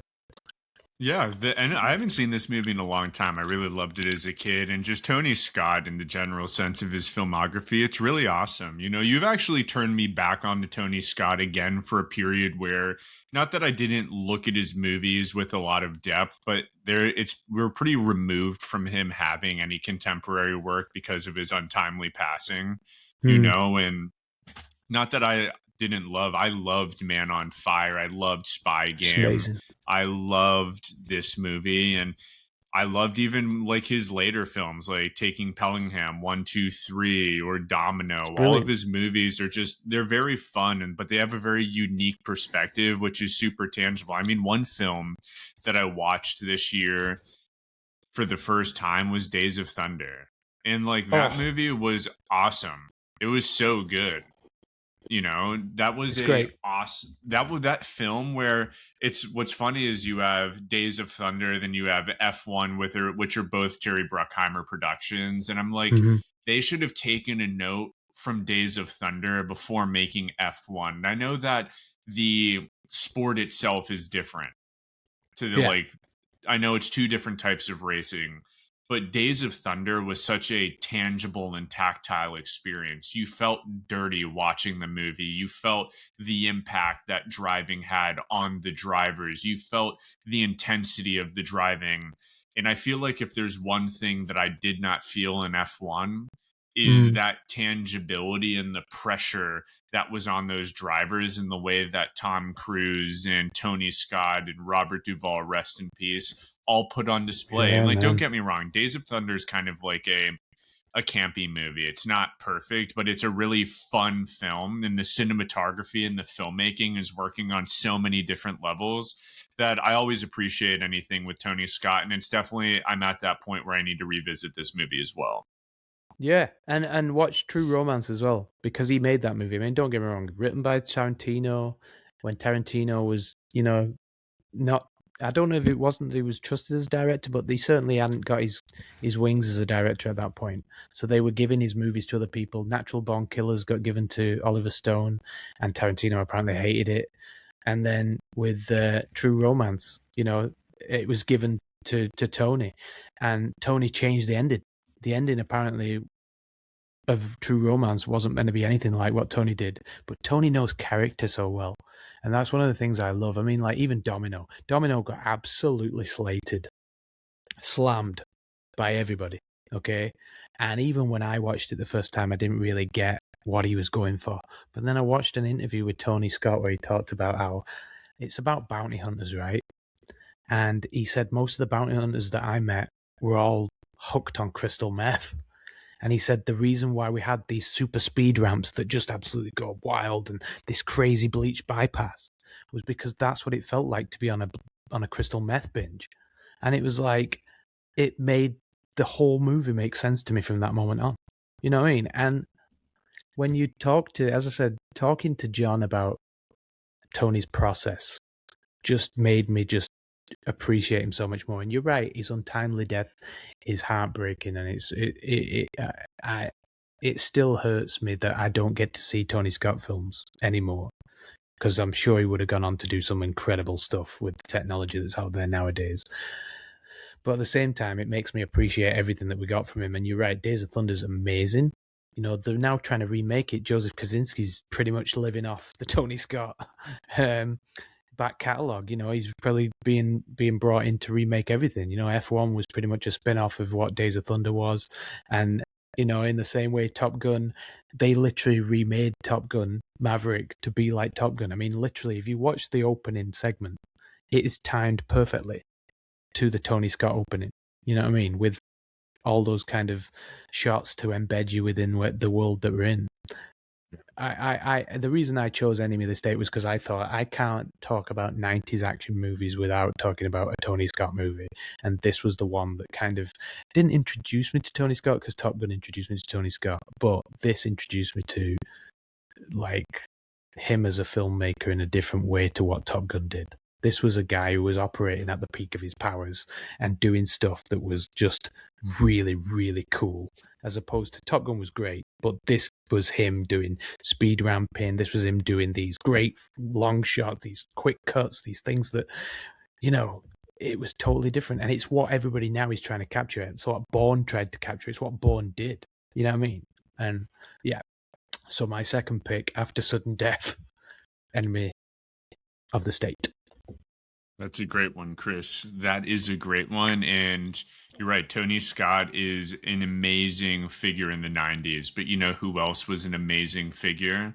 And one of my favorite contemporary directors is Catherine Bigelow. And I picked for my second pick an early Catherine Bigelow film that is greatly overlooked, but is a very fun an awesome movie that showcases a lot of her trademark skills. And what makes Catherine Bigelow such an awesome filmmaker is that at this time, which was predominantly, you know, filmmaking still, especially in the action sense, it was a lot of male directors leading those productions and a lot of male figures leading those productions in terms of the actors. But this film was a young Catherine Bigelow, and this is before the likes of Point Break coming out. And we'll kind of go where this film is in her filmography, and a young Jamie Lee Curtis. And, you know, the film has its certain level of 90s camp for sure. I actually saw this for the first time this week, and someone recommended this to me as a really awesome overlooked movie. And to speak to Catherine Bigelow, I think it's always the best, especially for someone like her, who just had a movie that is, you know, got a decent bit of consideration, being A House of Dynamite, which I personally loved. I think Catherine Bigelow does a really awesome job of, you know, speaking to political like drama. She's just a really good director when it comes to drama in general. And then you put action in the mix. That's where she ultimately cut her teeth before doing films like A House of Dynamite or Detroit or Zero Dark 30 or The Hurt Locker. If you look at her filmography, this woman's been on a run for the last 2 decades, but even she's been on a run through the 90s. She did things like K-19, The Widowmaker. She did Strange Days, which people love this movie. Really awesome movie that honestly probably could have been picked as well for this segment. She did things before that, like Point Break, which is what really put her on the map. But even before Point Break, in 1990, she did Blue Steel, which is an awesome film that is so weird and so out there. And the antagonist is like having a psychotic break from the start of this movie all the way through. And to my understanding, he's supposed to be emblematic of this character. I forget his name is Son of Adam or something like that. That was a serial killer that they tried to model. Yeah, Son of Sam. And I think that's in the trivia here. But essentially, I'll read you the storyline because this one's pretty fun. On her first day on the job, NYPD officer Megan Turner, the lone officer on the scene, shoots and kills the perpetrator of a supermarket holdup. Since no gun was found on the perpetrator's person or at the scene, and none of the witnesses could corroborate Megan's story definitively that the perpetrator was indeed wielding a gun, she is suspended from active duty. She is quickly, albeit temporarily, reinstated to the position of homicide detective because the spent shell casing from the bullet used in the subsequent murder had her name carved on it. This murder ends up being only the first in a series. Working on the case with fellow homicide detective Nick Mann, Megan initially has no idea who in her life could be the murderer. In short order, the murderer does show himself to her. He is commodities trader Eugene Hunt, which I don't know if this guy ultimately went on to do too much, but he puts in a career defining performance, and I've never even seen anything else he's done. I mean, this guy is literally, I've seen his face. This guy is literally perspiring the whole movie. And he's been in Time Cop. We talked about that. Yeah. Senator Aaron McComb. Find Me Guilty, The Arrival, Reverse of Fortune. Don't know those movies. Oh, he was in West Wing. Really awesome antagonist, and honestly one of my favorite of the 90s for these action movies. But essentially the short of it, they kind of end up in a relationship. Jamie Lee Curtis finds out that Eugene Hunt is the man that took the gun because he was there during the shooting that happens at the supermarket. They essentially kind of have a relationship, which then boils into this weird cat and mouse type plot as he's going around killing everyone and no one's believing him. And I forget what his name is. The actor plays like his lawyer. Oh, who is he? Really famous character actor. Yeah, Richard Jenkins Richard plays his Jenkins. attorney, Mel Dawson. And it's just Step a Brothers. great there's like a really steamy sequence where Nick Mann, or Clancy Brown's character Nick Mann, and Megan Turner like essentially have sex. And it's just really awesome early Catherine Bigelow action filmmaking before everyone knew her for the likes of Point Break, K-19, and then ultimately her more contemporary films. And, you know, I think Catherine Bigelow is just a great filmmaker. And what this film showcases is the craftsmanship, even from the beginning, which you see right there when she kicks in the door. You don't realize that she's essentially in like a training sequence, which then she ultimately messes up and kills the wrong person. But it's this level of immersion that Catherine Bigelow and this kind of like in medias res style filmmaking that you see in the likes of The Hurt Locker or even in her later films like Detroit. She does such a good job at pacing out her action that it's very gratifying and it's fun to be a part of as the audience member. And I think she has a very special knack at that, where even some other directors of this period did not do so well at. You see that in Point Break. That is a fun movie, sequence to sequence. It builds upon it like one another. This film, I think, is definitely overlooked in every sense of the word because it has strong filmmaking. Sure, the story is a little crazy and it might not be like very realistic, but I love the ensemble. I love the way the actors talk with each other. I love the blocking and the way that she lenses this world. The lighting, very 90s, hard lighting, action movie. Obviously, dealing with cops, she utilizes the color blue a lot. I'll kind of show you some of the photos here, but it's great. Early Jamie Lee Curtis, early Catherine Bigelow, and just great filmmaking. There's honestly not too many assets. This movie is hard to find. You can definitely buy it and rent it, but it's not something that is typically talked about. And especially for a director that is as known as Catherine Bigelow, I would say that this gets a certified overlook, Chris. I love that whenever you type Blue Steel in now, you get Zoolander rather than the actual movie Blue Steel. Yeah. I wonder if is that what he means when he says he's doing Blue Steel, if he's just pulling the Jamie Lee Curtis face? I hope so. I think we should make that be the thing, you know. It's got a really cool shootout, hasn't it, in Blue Steel, where he's hiding behind like a hot dog. Is it a hot dog car or something? I remember that. I'm trying to remember. I mean, there's a bunch of really awesome set pieces in the film. It's just like a great. The antagonist is definitely Eugene is the center point of this movie and probably my favorite part. But you can even tell, like, they spent time. Jamie Lee Curtis took several weeks at the NYPD Academy. Really cool perspective of the New York Police Department that I think was a little different from what we typically got from the 90s.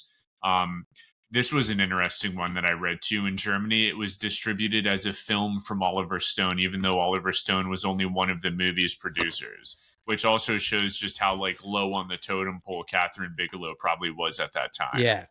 Yeah. You know, shows how sexist they were towards female directors, I suppose, as well, right? Yeah.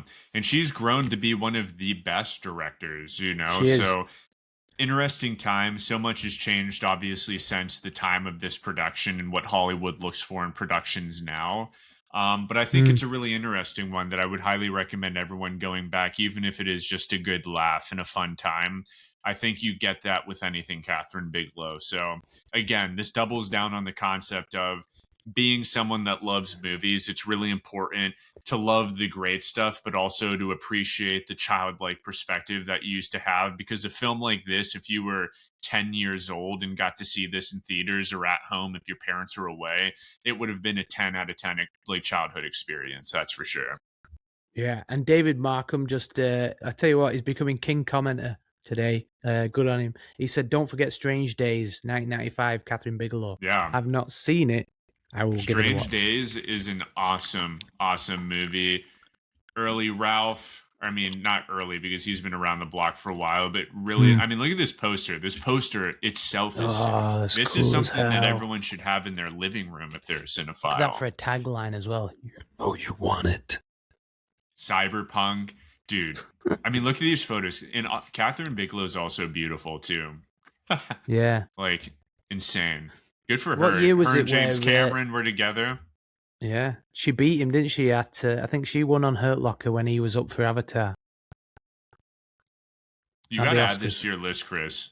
It's on my list now. I've already written it down. It's on my post-it note. And I'm going to make the wife watch that one at some point this week.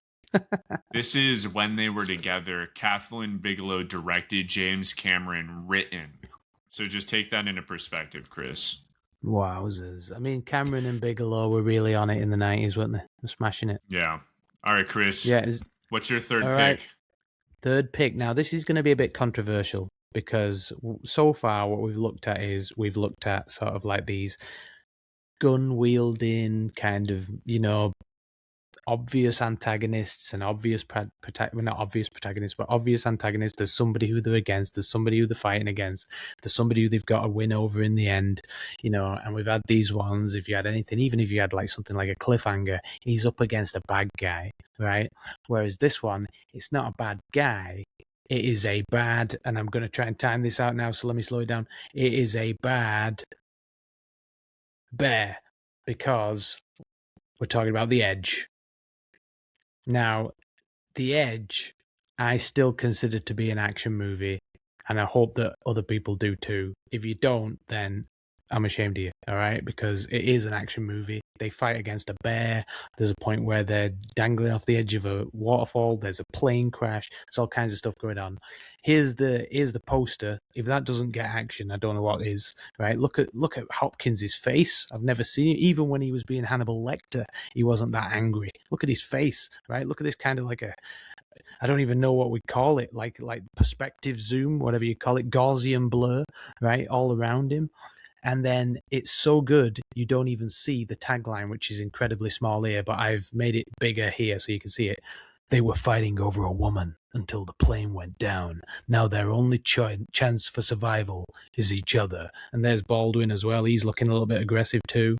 This is pre-Grizzly Man, by the way, all right? And I'll say this. One of the first things, the woman that they were fighting over, Elle Macpherson, understandably one of the most beautiful women in the world at the time. Quick story for you. So she's the wife of this guy, Anthony Hopkins. Anthony Hopkins is playing a billionaire who is a little bit sheltered. He seems a little bit like he's not really kind of like, that very strong. He seems a bit weak at the beginning. They visit this place in the Alaskan wilderness, this nice log cabin, and Alec Baldwin plays like a photographer, and he's taking pictures, obviously, of Elle Macpherson. Like, she's a model, so he's taking all these pictures and everything, and they decide that they're going to go off on this plane trip on a boat plane, like one of these planes that can land on the water, and it crashes. And I've even got a nice clip here, which I could play. Hopefully it doesn't crash my thing, but yeah, they crash. Oh yeah, it's going to crash anyway, so I'm not going to do it. Right, but their plane crashes and they're in the wilderness, and this bear, which is a real bear, not a CGI bear, this bear, I think it's called Bart the Bear, actually. It's like a proper filming bear. It's I think so. One. Yeah. Right? That one attacks, and they end up being stalked by this grizzly bear in Alaska in the middle of the wilderness, and they have to fight it. This is a real scene. They actually had to rig up this piece of wood, this log, to have Anthony Hopkins dangling off it. So that is really Anthony Hopkins dangling off a piece of wood over a waterfall.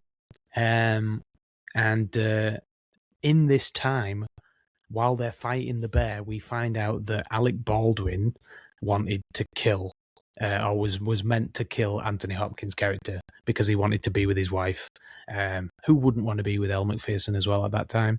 So that's the story.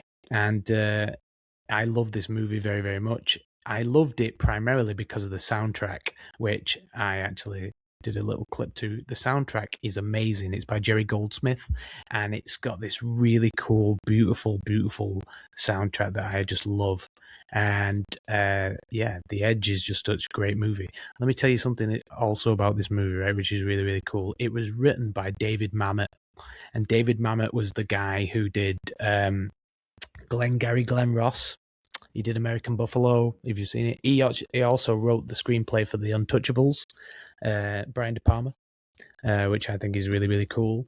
Mamet wrote these amazing long speeches and stuff. And one of the things that people say about this, and when I told people that I'd chosen this one as one of my favorite action movies of the 90s, they were like, but it's slow. It doesn't really count as an action movie. I was like, no, it's deliberately slow because it's meant to be a little bit like, you remember last week when we were talking, or whenever it was, when we were doing The Deer Hunter, and I was like, the reason Cimino shot The Deer Hunter like it was because everything happens gradually and then suddenly it all happens, because that's what war was like. It was a lot of waiting around and then all of a sudden attack, right? That's the same here. The pacing mirrors this survival in the wilderness. There's long stretches of tension. There's lots of, moments where they're at each other's throats and then all of a sudden bursts of violence and the bear turns up and then attacks them and stuff like that. I think it was Hemingway who said that, gradually, then suddenly. But yeah, that's exactly what this is like, and that's why I love this. And again, it's not just about guys in the wilderness. It's about masculinity that's under pressure. It's about moral tests. It's about intelligence of Anthony Hopkins versus the ego of Alec Baldwin. And Baldwin's brilliant in this, by the way. It's such a great movie. Yeah, it was Bart the Bear. I've got it written down here in my notes.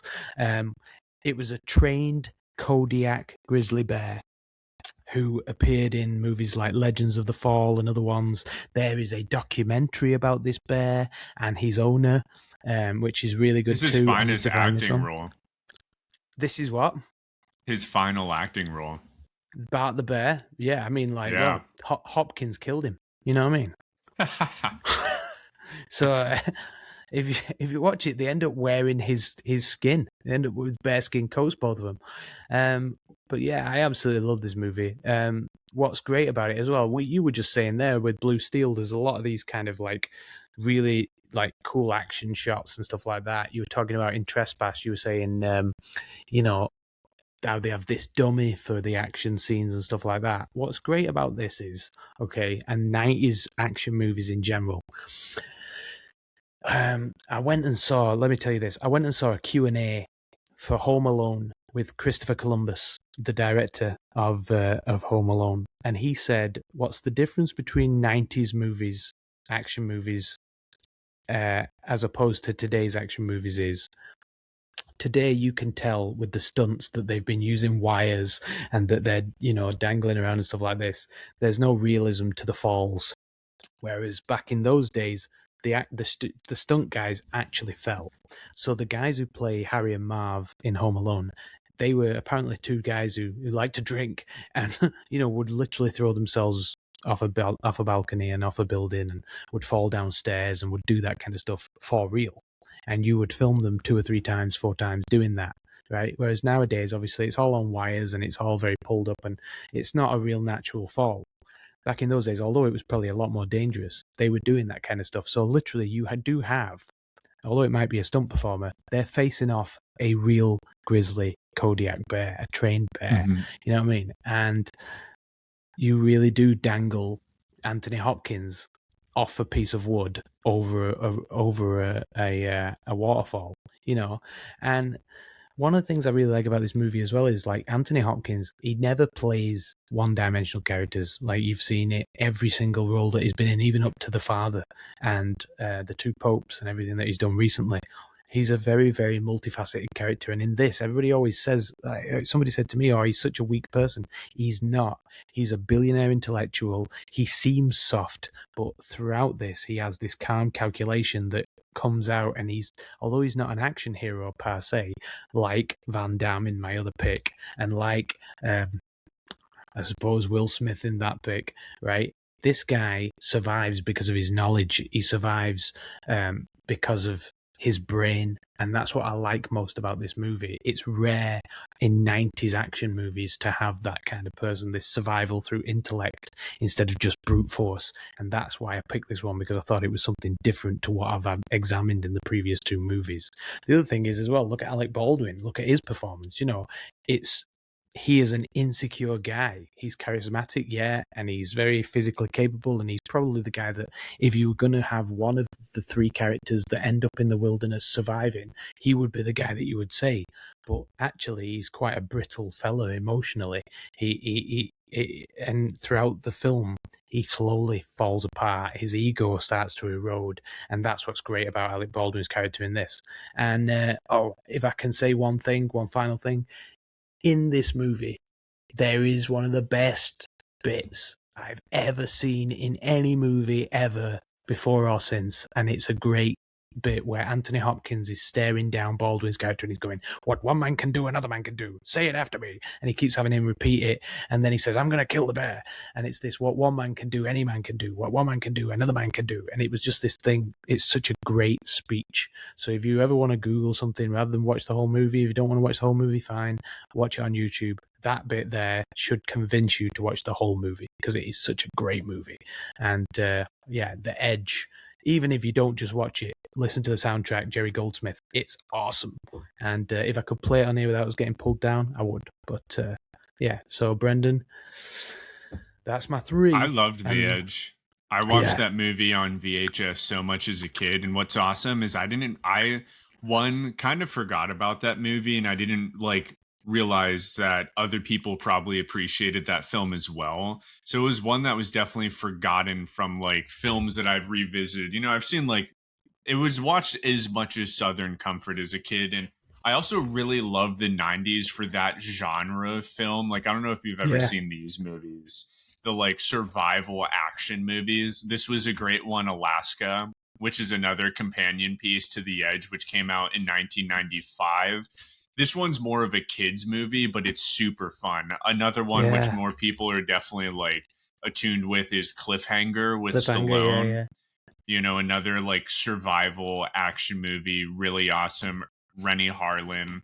And I loved The Edge. The Edge, to your point, I never thought about it in that same context. It is this film with an unorthodox protagonist action figure that uses intellect far more than he uses, brute force. And I was reading the trivia down here, which is really interesting, that let's pull this up, that during the making of this movie, he suffered from a slip disc, Anthony Hopkins. So he incorporated that pain that I remember him having throughout the movie was actually real pain that he was experiencing through the slip disc. And he just incorporated that into the performance. So, yeah, it's a fun film. There's a good making of on YouTube. It's very pixelated. It's definitely a 420p. So squint when you're watching it. But there's a very good BTS making of that shows them setting up all these stunts and stuff, like the plane crash scene. And it's great. It's wow, you're actually seeing how old school filmmaking used to be done. And Brendan, to your point, you were saying, it's mostly forgotten. It is. It was 97, right? I'm trying to think. 97, Titanic, LA Confidential. These movies just eclipsed it. This was the big budget thing. And then The Edge was just one that it was well received, but it just disappeared from the public consciousness. Great performances from both. Great performances. And the third act is also really awesome. What it ultimately kind of crescendos to in that final set piece. Not going to give it away, but highly recommend it. Super fun movie.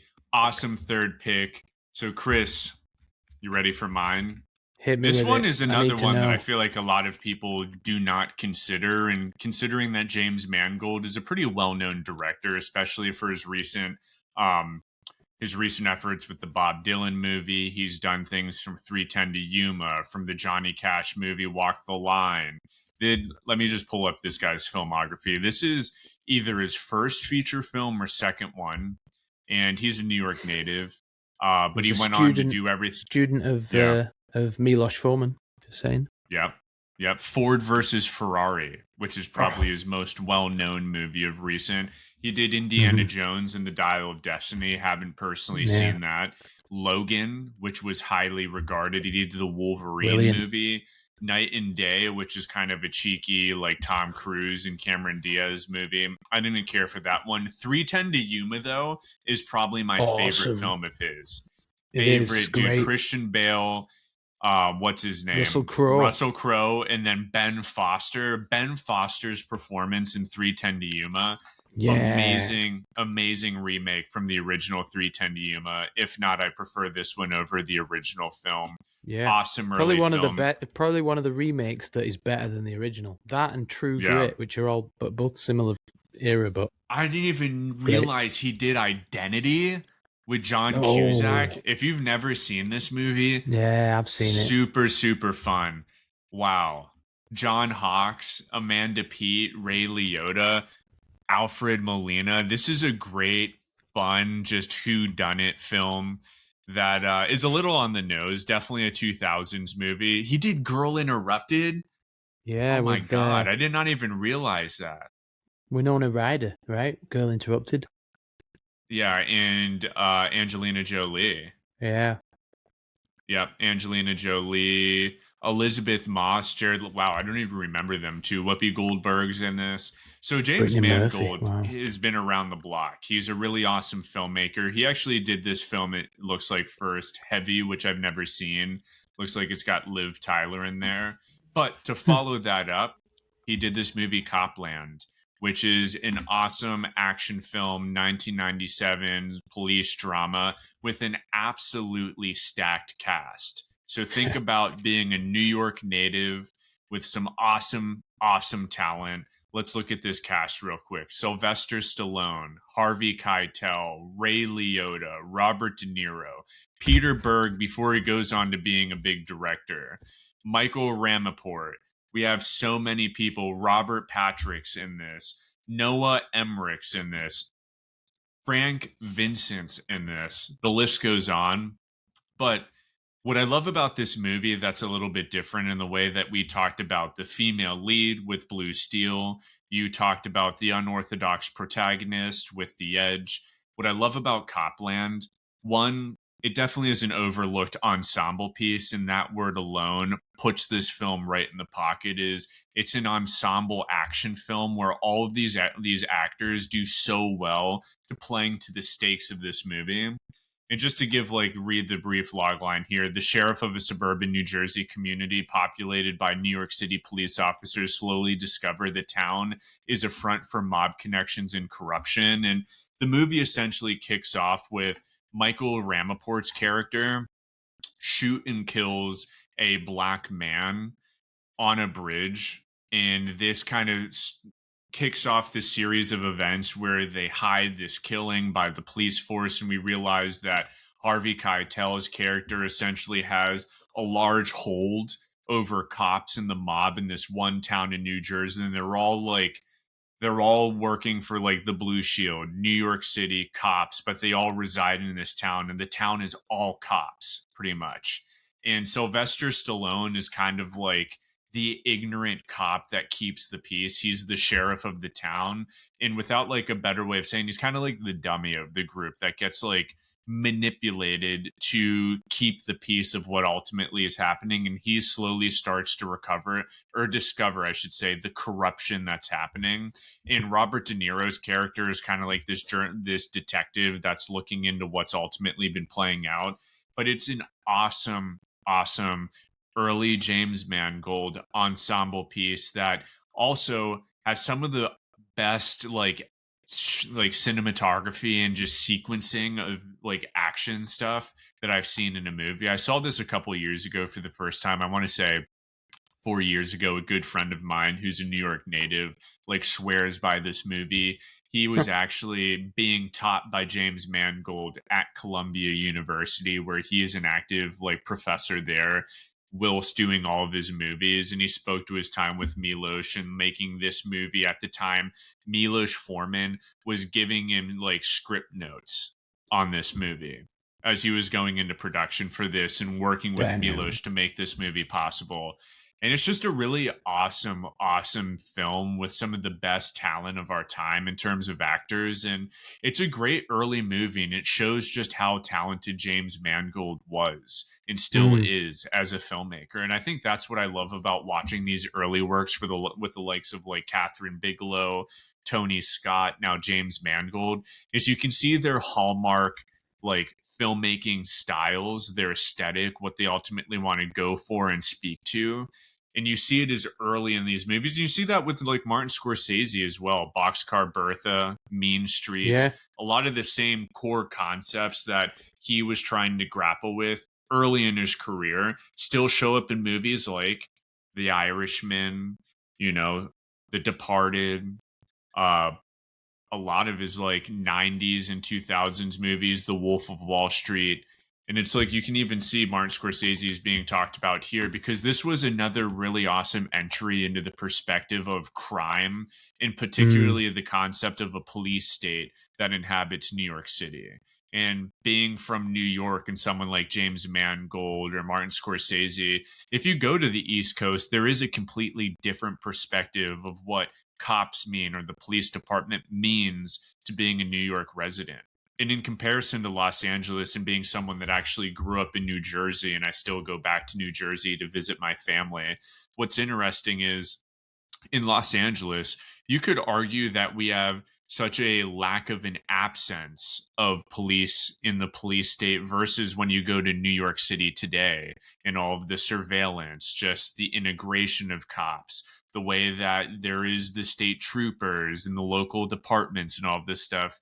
It's very interesting. I did not realize that as a kid, how much that has an impact on the culture of the country. But this film does a really good job at dissecting cop culture within Manhattan, within New York, within that tri-state area.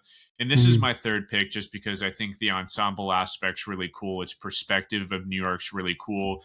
This again has a very unorthodox kind of protagonist being Sylvester Stallone, which is this kind of ignorant sheriff that's manipulated and slowly uncovers what ultimately is happening around him. And it's a really fun Mm. film. And yeah, for someone that's so prolific, I wish this was a film that was reflected on quite more, to be honest. Considering James Mangold's work, I think it's one that could definitely be spoken to more than it has been uh, of recent, probably. So that's my pick. I love that pick, man. That's a great one. And one of the things, Yeah.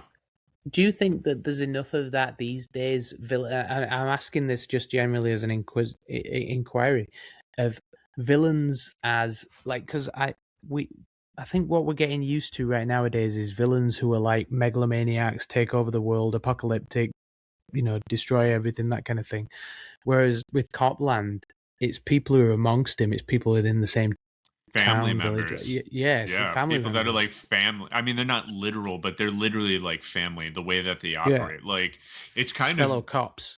yeah, Harvey Keitel's character very much takes on that like Pablo Escobar type quality where he's still a man Mm-hmm. of the people. And if you're within his community and you're a part of his quote unquote family, you do get a Mm-hmm. life of opportunity, prosperity, affluence, a place where you can have a family, raise your kids. You live in this town that, sure, the underbelly of it's there and it might not be outward facing, but that is kind of what he speaks to. Harvey Keitel's character and the way that this town ultimately operates is very much Mm-hmm. of that mob mentality because they all are mobsters and work in law enforcement. We saw the same thing in The Departed. That concept runs very true. And yeah, it's Mm-hmm. an interesting duality because these characters, even though they are bad actors, there still is family like qualities, this paternal quality to them that if you remove what they've done bad, you could also say that they were very much like Robin Hood like characters in a weird Yeah, way, I think Fincher said something, and quote me if I'm paraphrasing it. So if I get this quote wrong, I know what I mean, but I might say it wrongly. Fincher said the best thing to have in a screenplay is when everybody thinks that what they're doing is right. Yeah. You know what I mean? Even the bad guys think that what they're doing is right, and therefore that's why they do it. You know what I mean? Hmm. So you end up having these people who all think they're right, even when they're the bad guy or the good guy. You know what I mean? And I quite like that. And I think that that's where Copland is such a great movie because, like you said, the Harvey Keitel character, you can still see that there is good with, or there is a guy that people could see as a good guy to them. You know what I mean? Mm-hmm.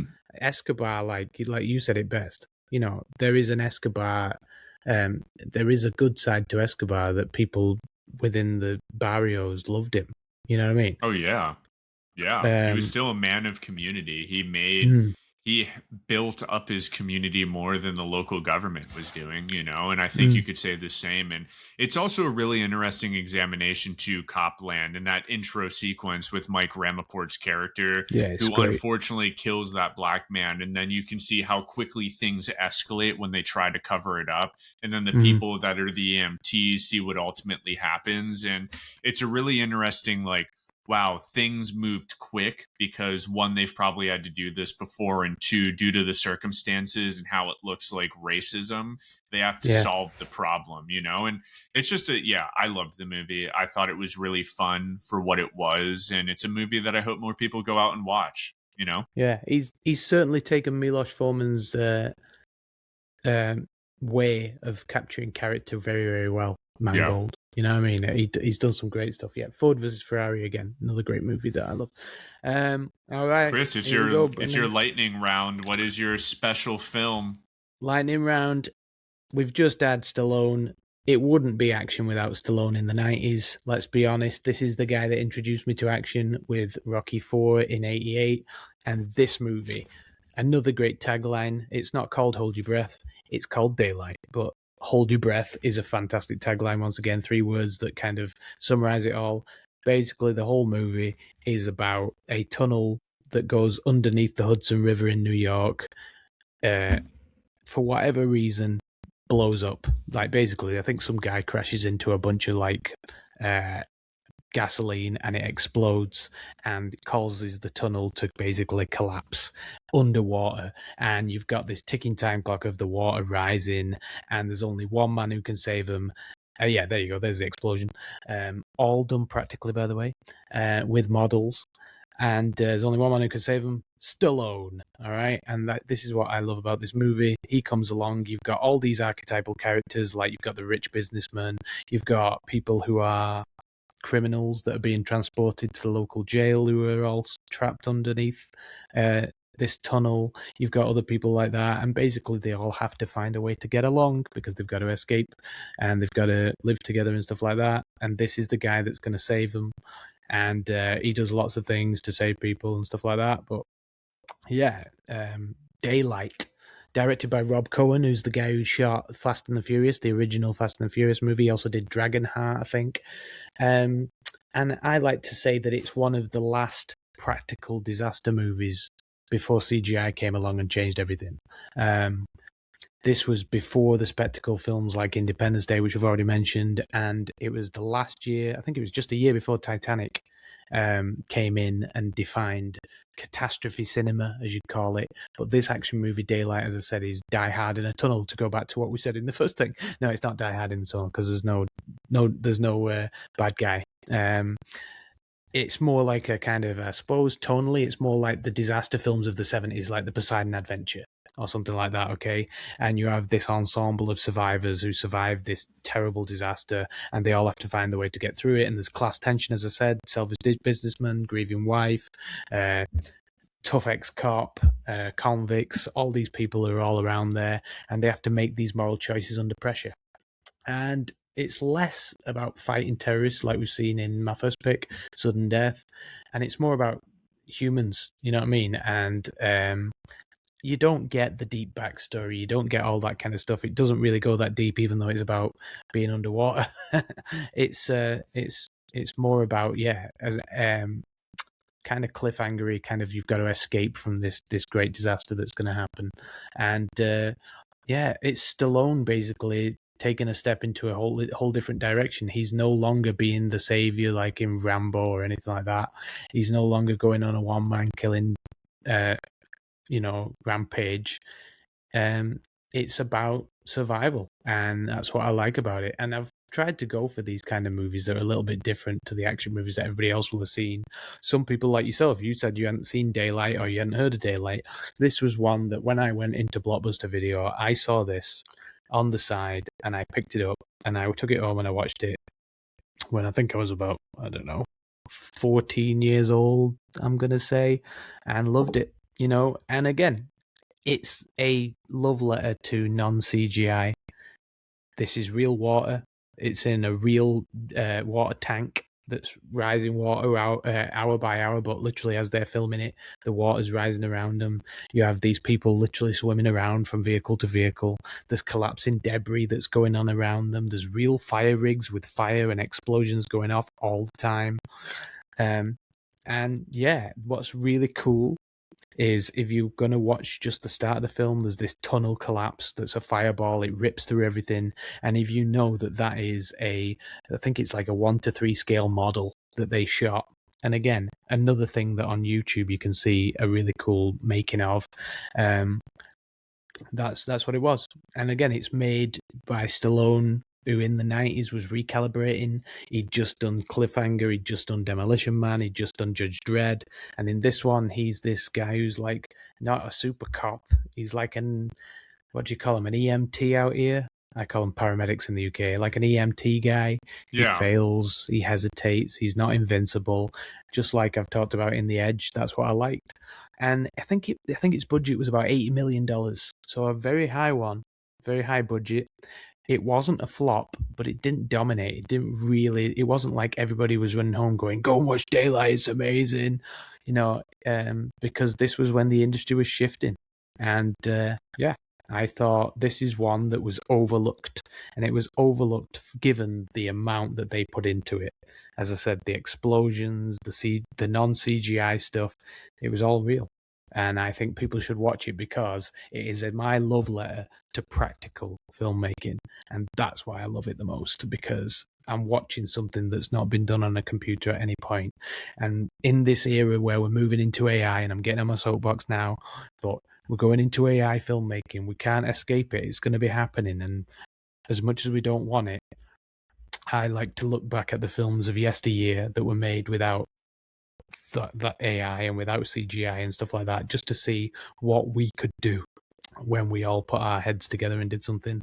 And Daylight is one of those films that I look back to and go, yes. Robin Hood, Prince of Thieves is another one, but that one was not overlooked. That one did bloody well in the cinema. That's a great pick. Rob Cohen's done some like really fascinating movies. I'm adding this one to my list. Dragonheart. I've never seen Dragonheart either. Oh yeah, Dragonheart was one, mate. Yeah, I'm looking through his filmography. Fast I mean, the fact Furious. that he did I can't remember what he's done since then. He's done a couple of movies. He did his last like movie he did was the Hurricane Heist. That was in 2018.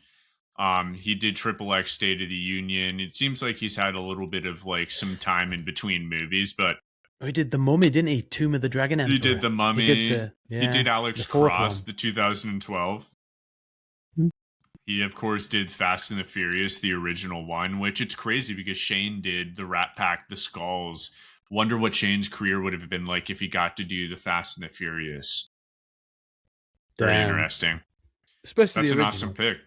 Because you're setting it up, aren't you? You're setting up the whole franchise with that one. Oh, yeah. Which, considering where that movie is ultimately gone, very fascinating. That is an awesome... Hit me with it. What's your one? All right, so my pick is one that I actually just watched today. And this one is quite good. And for some of you, you might have seen it. Ricochet. This is an early Denzel Washington movie. And it has an awesome cast. Again, this is John Lithgow at his best. Another Ice-T movie as well.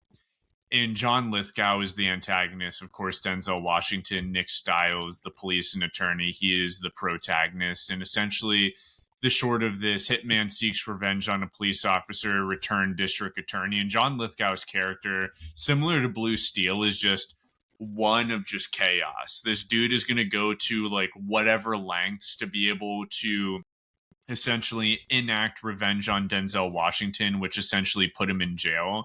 And Denzel Washington is in this movie is essentially this man who's on the path to being like the next president. He's probably going to win locally. He is well regarded. He's a police officer. He's a part of the local community. He's a man of the people. And essentially, in the beginning of the film, when he's just a police officer, he gets John Lithgow's character, Earl Talbot Blake, which is an awesome name, and he puts him in jail. And through his time in jail, he essentially creates a plan of vengeance to be able to put against Nick Stiles, who is on this upward trajectory, to not only ruin him as a man, but ruin everything in his life, where he's going, his relationship with his family, by essentially drugging him. I don't know if he ultimately does have sex or if it's just simulated, but essentially he drugs him up with things like heroin and coke. He drugs him up to the point where he gets taken advantage of by a woman and is recorded on screen, and that's been circulated to media. Media is working against him and all of this stuff. And I just saw this, but it was a really fun movie, and it's fun to see Denzel Washington at such a young stage, in an early stage in his career, working in these type of capacities. And it's like a very brutal movie. Out of all of the movies that I spoke to tonight, this one was far most the brutal of all of them. John Lithgow's character, whether he's like in these various sequences, the way that he kills people, there's literally a shot where they're in like a room and they're essentially saying, like, what are you going to do with your time out? He just blows the dude head off, and then the girl behind her is working with John Lithgow's character, literally bends this dude backwards, and then takes, I don't know where she had a circular saw hiding, but essentially takes a circular saw to this other police officer's chest and just runs it through his body. Have you seen this movie, Chris? No, I've heard this of movie. It. But I'm going to go and watch it as soon as this is on my list as well. Genuinely a fun film, like Blue Steel. I would say this one is less like campy, a bit more direct. I think that it was probably considered pretty violent for its time. So that could also be why people maybe didn't watch it as much. But I definitely highly recommend watching this. I'd give it a solid 7, high 6 out of 10. Yeah. I don't really know what it looked like he did a bunch of stuff. Mainly looking at his credits, he did so many music videos. Look at this: Duran Duran, Fleetwood Mac, The Ice House, The Motels, Billy Joel, a lot of Elton John. So this was a really, really big music video director turned feature film director. And it looked like through the 80s into the 90s.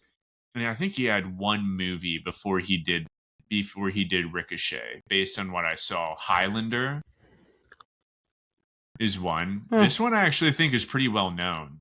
Yeah, Highlander's big. I mean, they're remaking it right now with Chad Stahelski, and the DP is going to be Dan Laustsen. When I spoke to him about Frankenstein, he was in the midst of filming this over in London. So yeah, very cool. Yeah, so I highly recommend everybody to see this. I think it's a fun film. I'm going to give that a watch. I think it's cool to see Denzel Washington, earlier in his career. I think this director, so he went on to do Ricochet. I don't know what Blue Ice is, but he did some other films. The Shadow, Tales from the Crypt. He did a couple of episodes of that. He did another movie, Resurrection, and the Hunger TV series, which this was with Tony Scott too, wasn't it? Or who did The Hunger? Tony Scott did the film The Hunger. I think that this has Tony Scott involved in some capacity. Let's see. Got Terry Stamp in it. Nice. Directors. Yeah, Tony Scott did 2 episodes of this. So, yeah, Ricochet. I don't have too much to say about it. Let's look at the trivia, just because I don't think I even had the chance to look into that. It's a very cool pick, man, honestly. I like it. Yeah. See, I was looking at other films that Denzel was in during this time. Like Bone Collector's brilliant. This was I think Bone Collector's a great movie. Awesome, but not an action, but brilliant movie. And the fact that Denzel doesn't he play like a quadriplegic and he spends all his time in the bed? Mm-hmm. He's amazing. When was Philadelphia? That's a great movie. I think Philadelphia was sort of 93. No, because that was Forrest Gump, wasn't it? 93, so it would be before that. maybe 91. Here's some trivia. John Lithgow almost never blinks during this movie. He wore a contact lens to give the impression that his character has a glass eye, which is really cool. It looks like he's blind in one eye. Whoa. Denzel Washington worked out for 3 hours a day, 6 days a week for 4 months. Yeah, he's in incredible shape during this movie. It's crazy. Definitely a heartthrob character. Highly recommend it. Definitely. Play it. Yeah, man, I'm going to give that a watch. That one's going to be on my list for the week. Absolutely. Well, Chris, those are my picks. So what do we have here? We had Copland on my end, Trespass, and then we had one other one. What was my third? Oh, Blue Steel, and then we close it out with Ricochet. Ricochet. That's some solid picks. And then for me, you had Enemy of the State, you had Daylight, you had The Edge, and you had Sudden Death. Those are my 4. And then after this, I mean, like, give them a watch, guys. But after this, I think that we're having a little break while you go away to the East Coast, aren't you, Brendan? Yeah. So I'll be gone. So the next 2 Sundays will be taken off. And then I think when we come back, we need something to entice the viewers, to entice David Markham back and the people who've been watching us. And I think I know what we could do. Do you mind me saying it? Yeah, go for it. I think we should do a Scorsese Sunday and pick some Scorsese films, because I know you desperately want to talk about Silence, and I want to hear you talk about Silence, and I've got some picks as well that I desperately want to focus on. I want to focus on The Aviator. I want to focus on some really cool movies too. So After Hours, that's probably my favorite Scorsese outside of Silence, or I mean, Raging Bull. Yeah, there's a lot that we can do there. So, guys, you heard it here first. The next Sunday, which what day is that? That is Sunday the 16th? Or Sunday... No, I don't think it's the 16th. It's Sunday the 15th. That is when we'll officially be back for our next film hang. Chris, that was some awesome picks. Yes, Mark or David... definitely watch those, and we appreciate your picks to check out. And guys, we appreciate the time. Yeah, we appreciate the time with the film hang. That was another amazing entry. Awesome job, Chris, and I can't wait to be back for the next one. You too, man. Yeah, thanks so much, man. Cheers, everybody. See you soon. All right, later, y'all. Good stuff.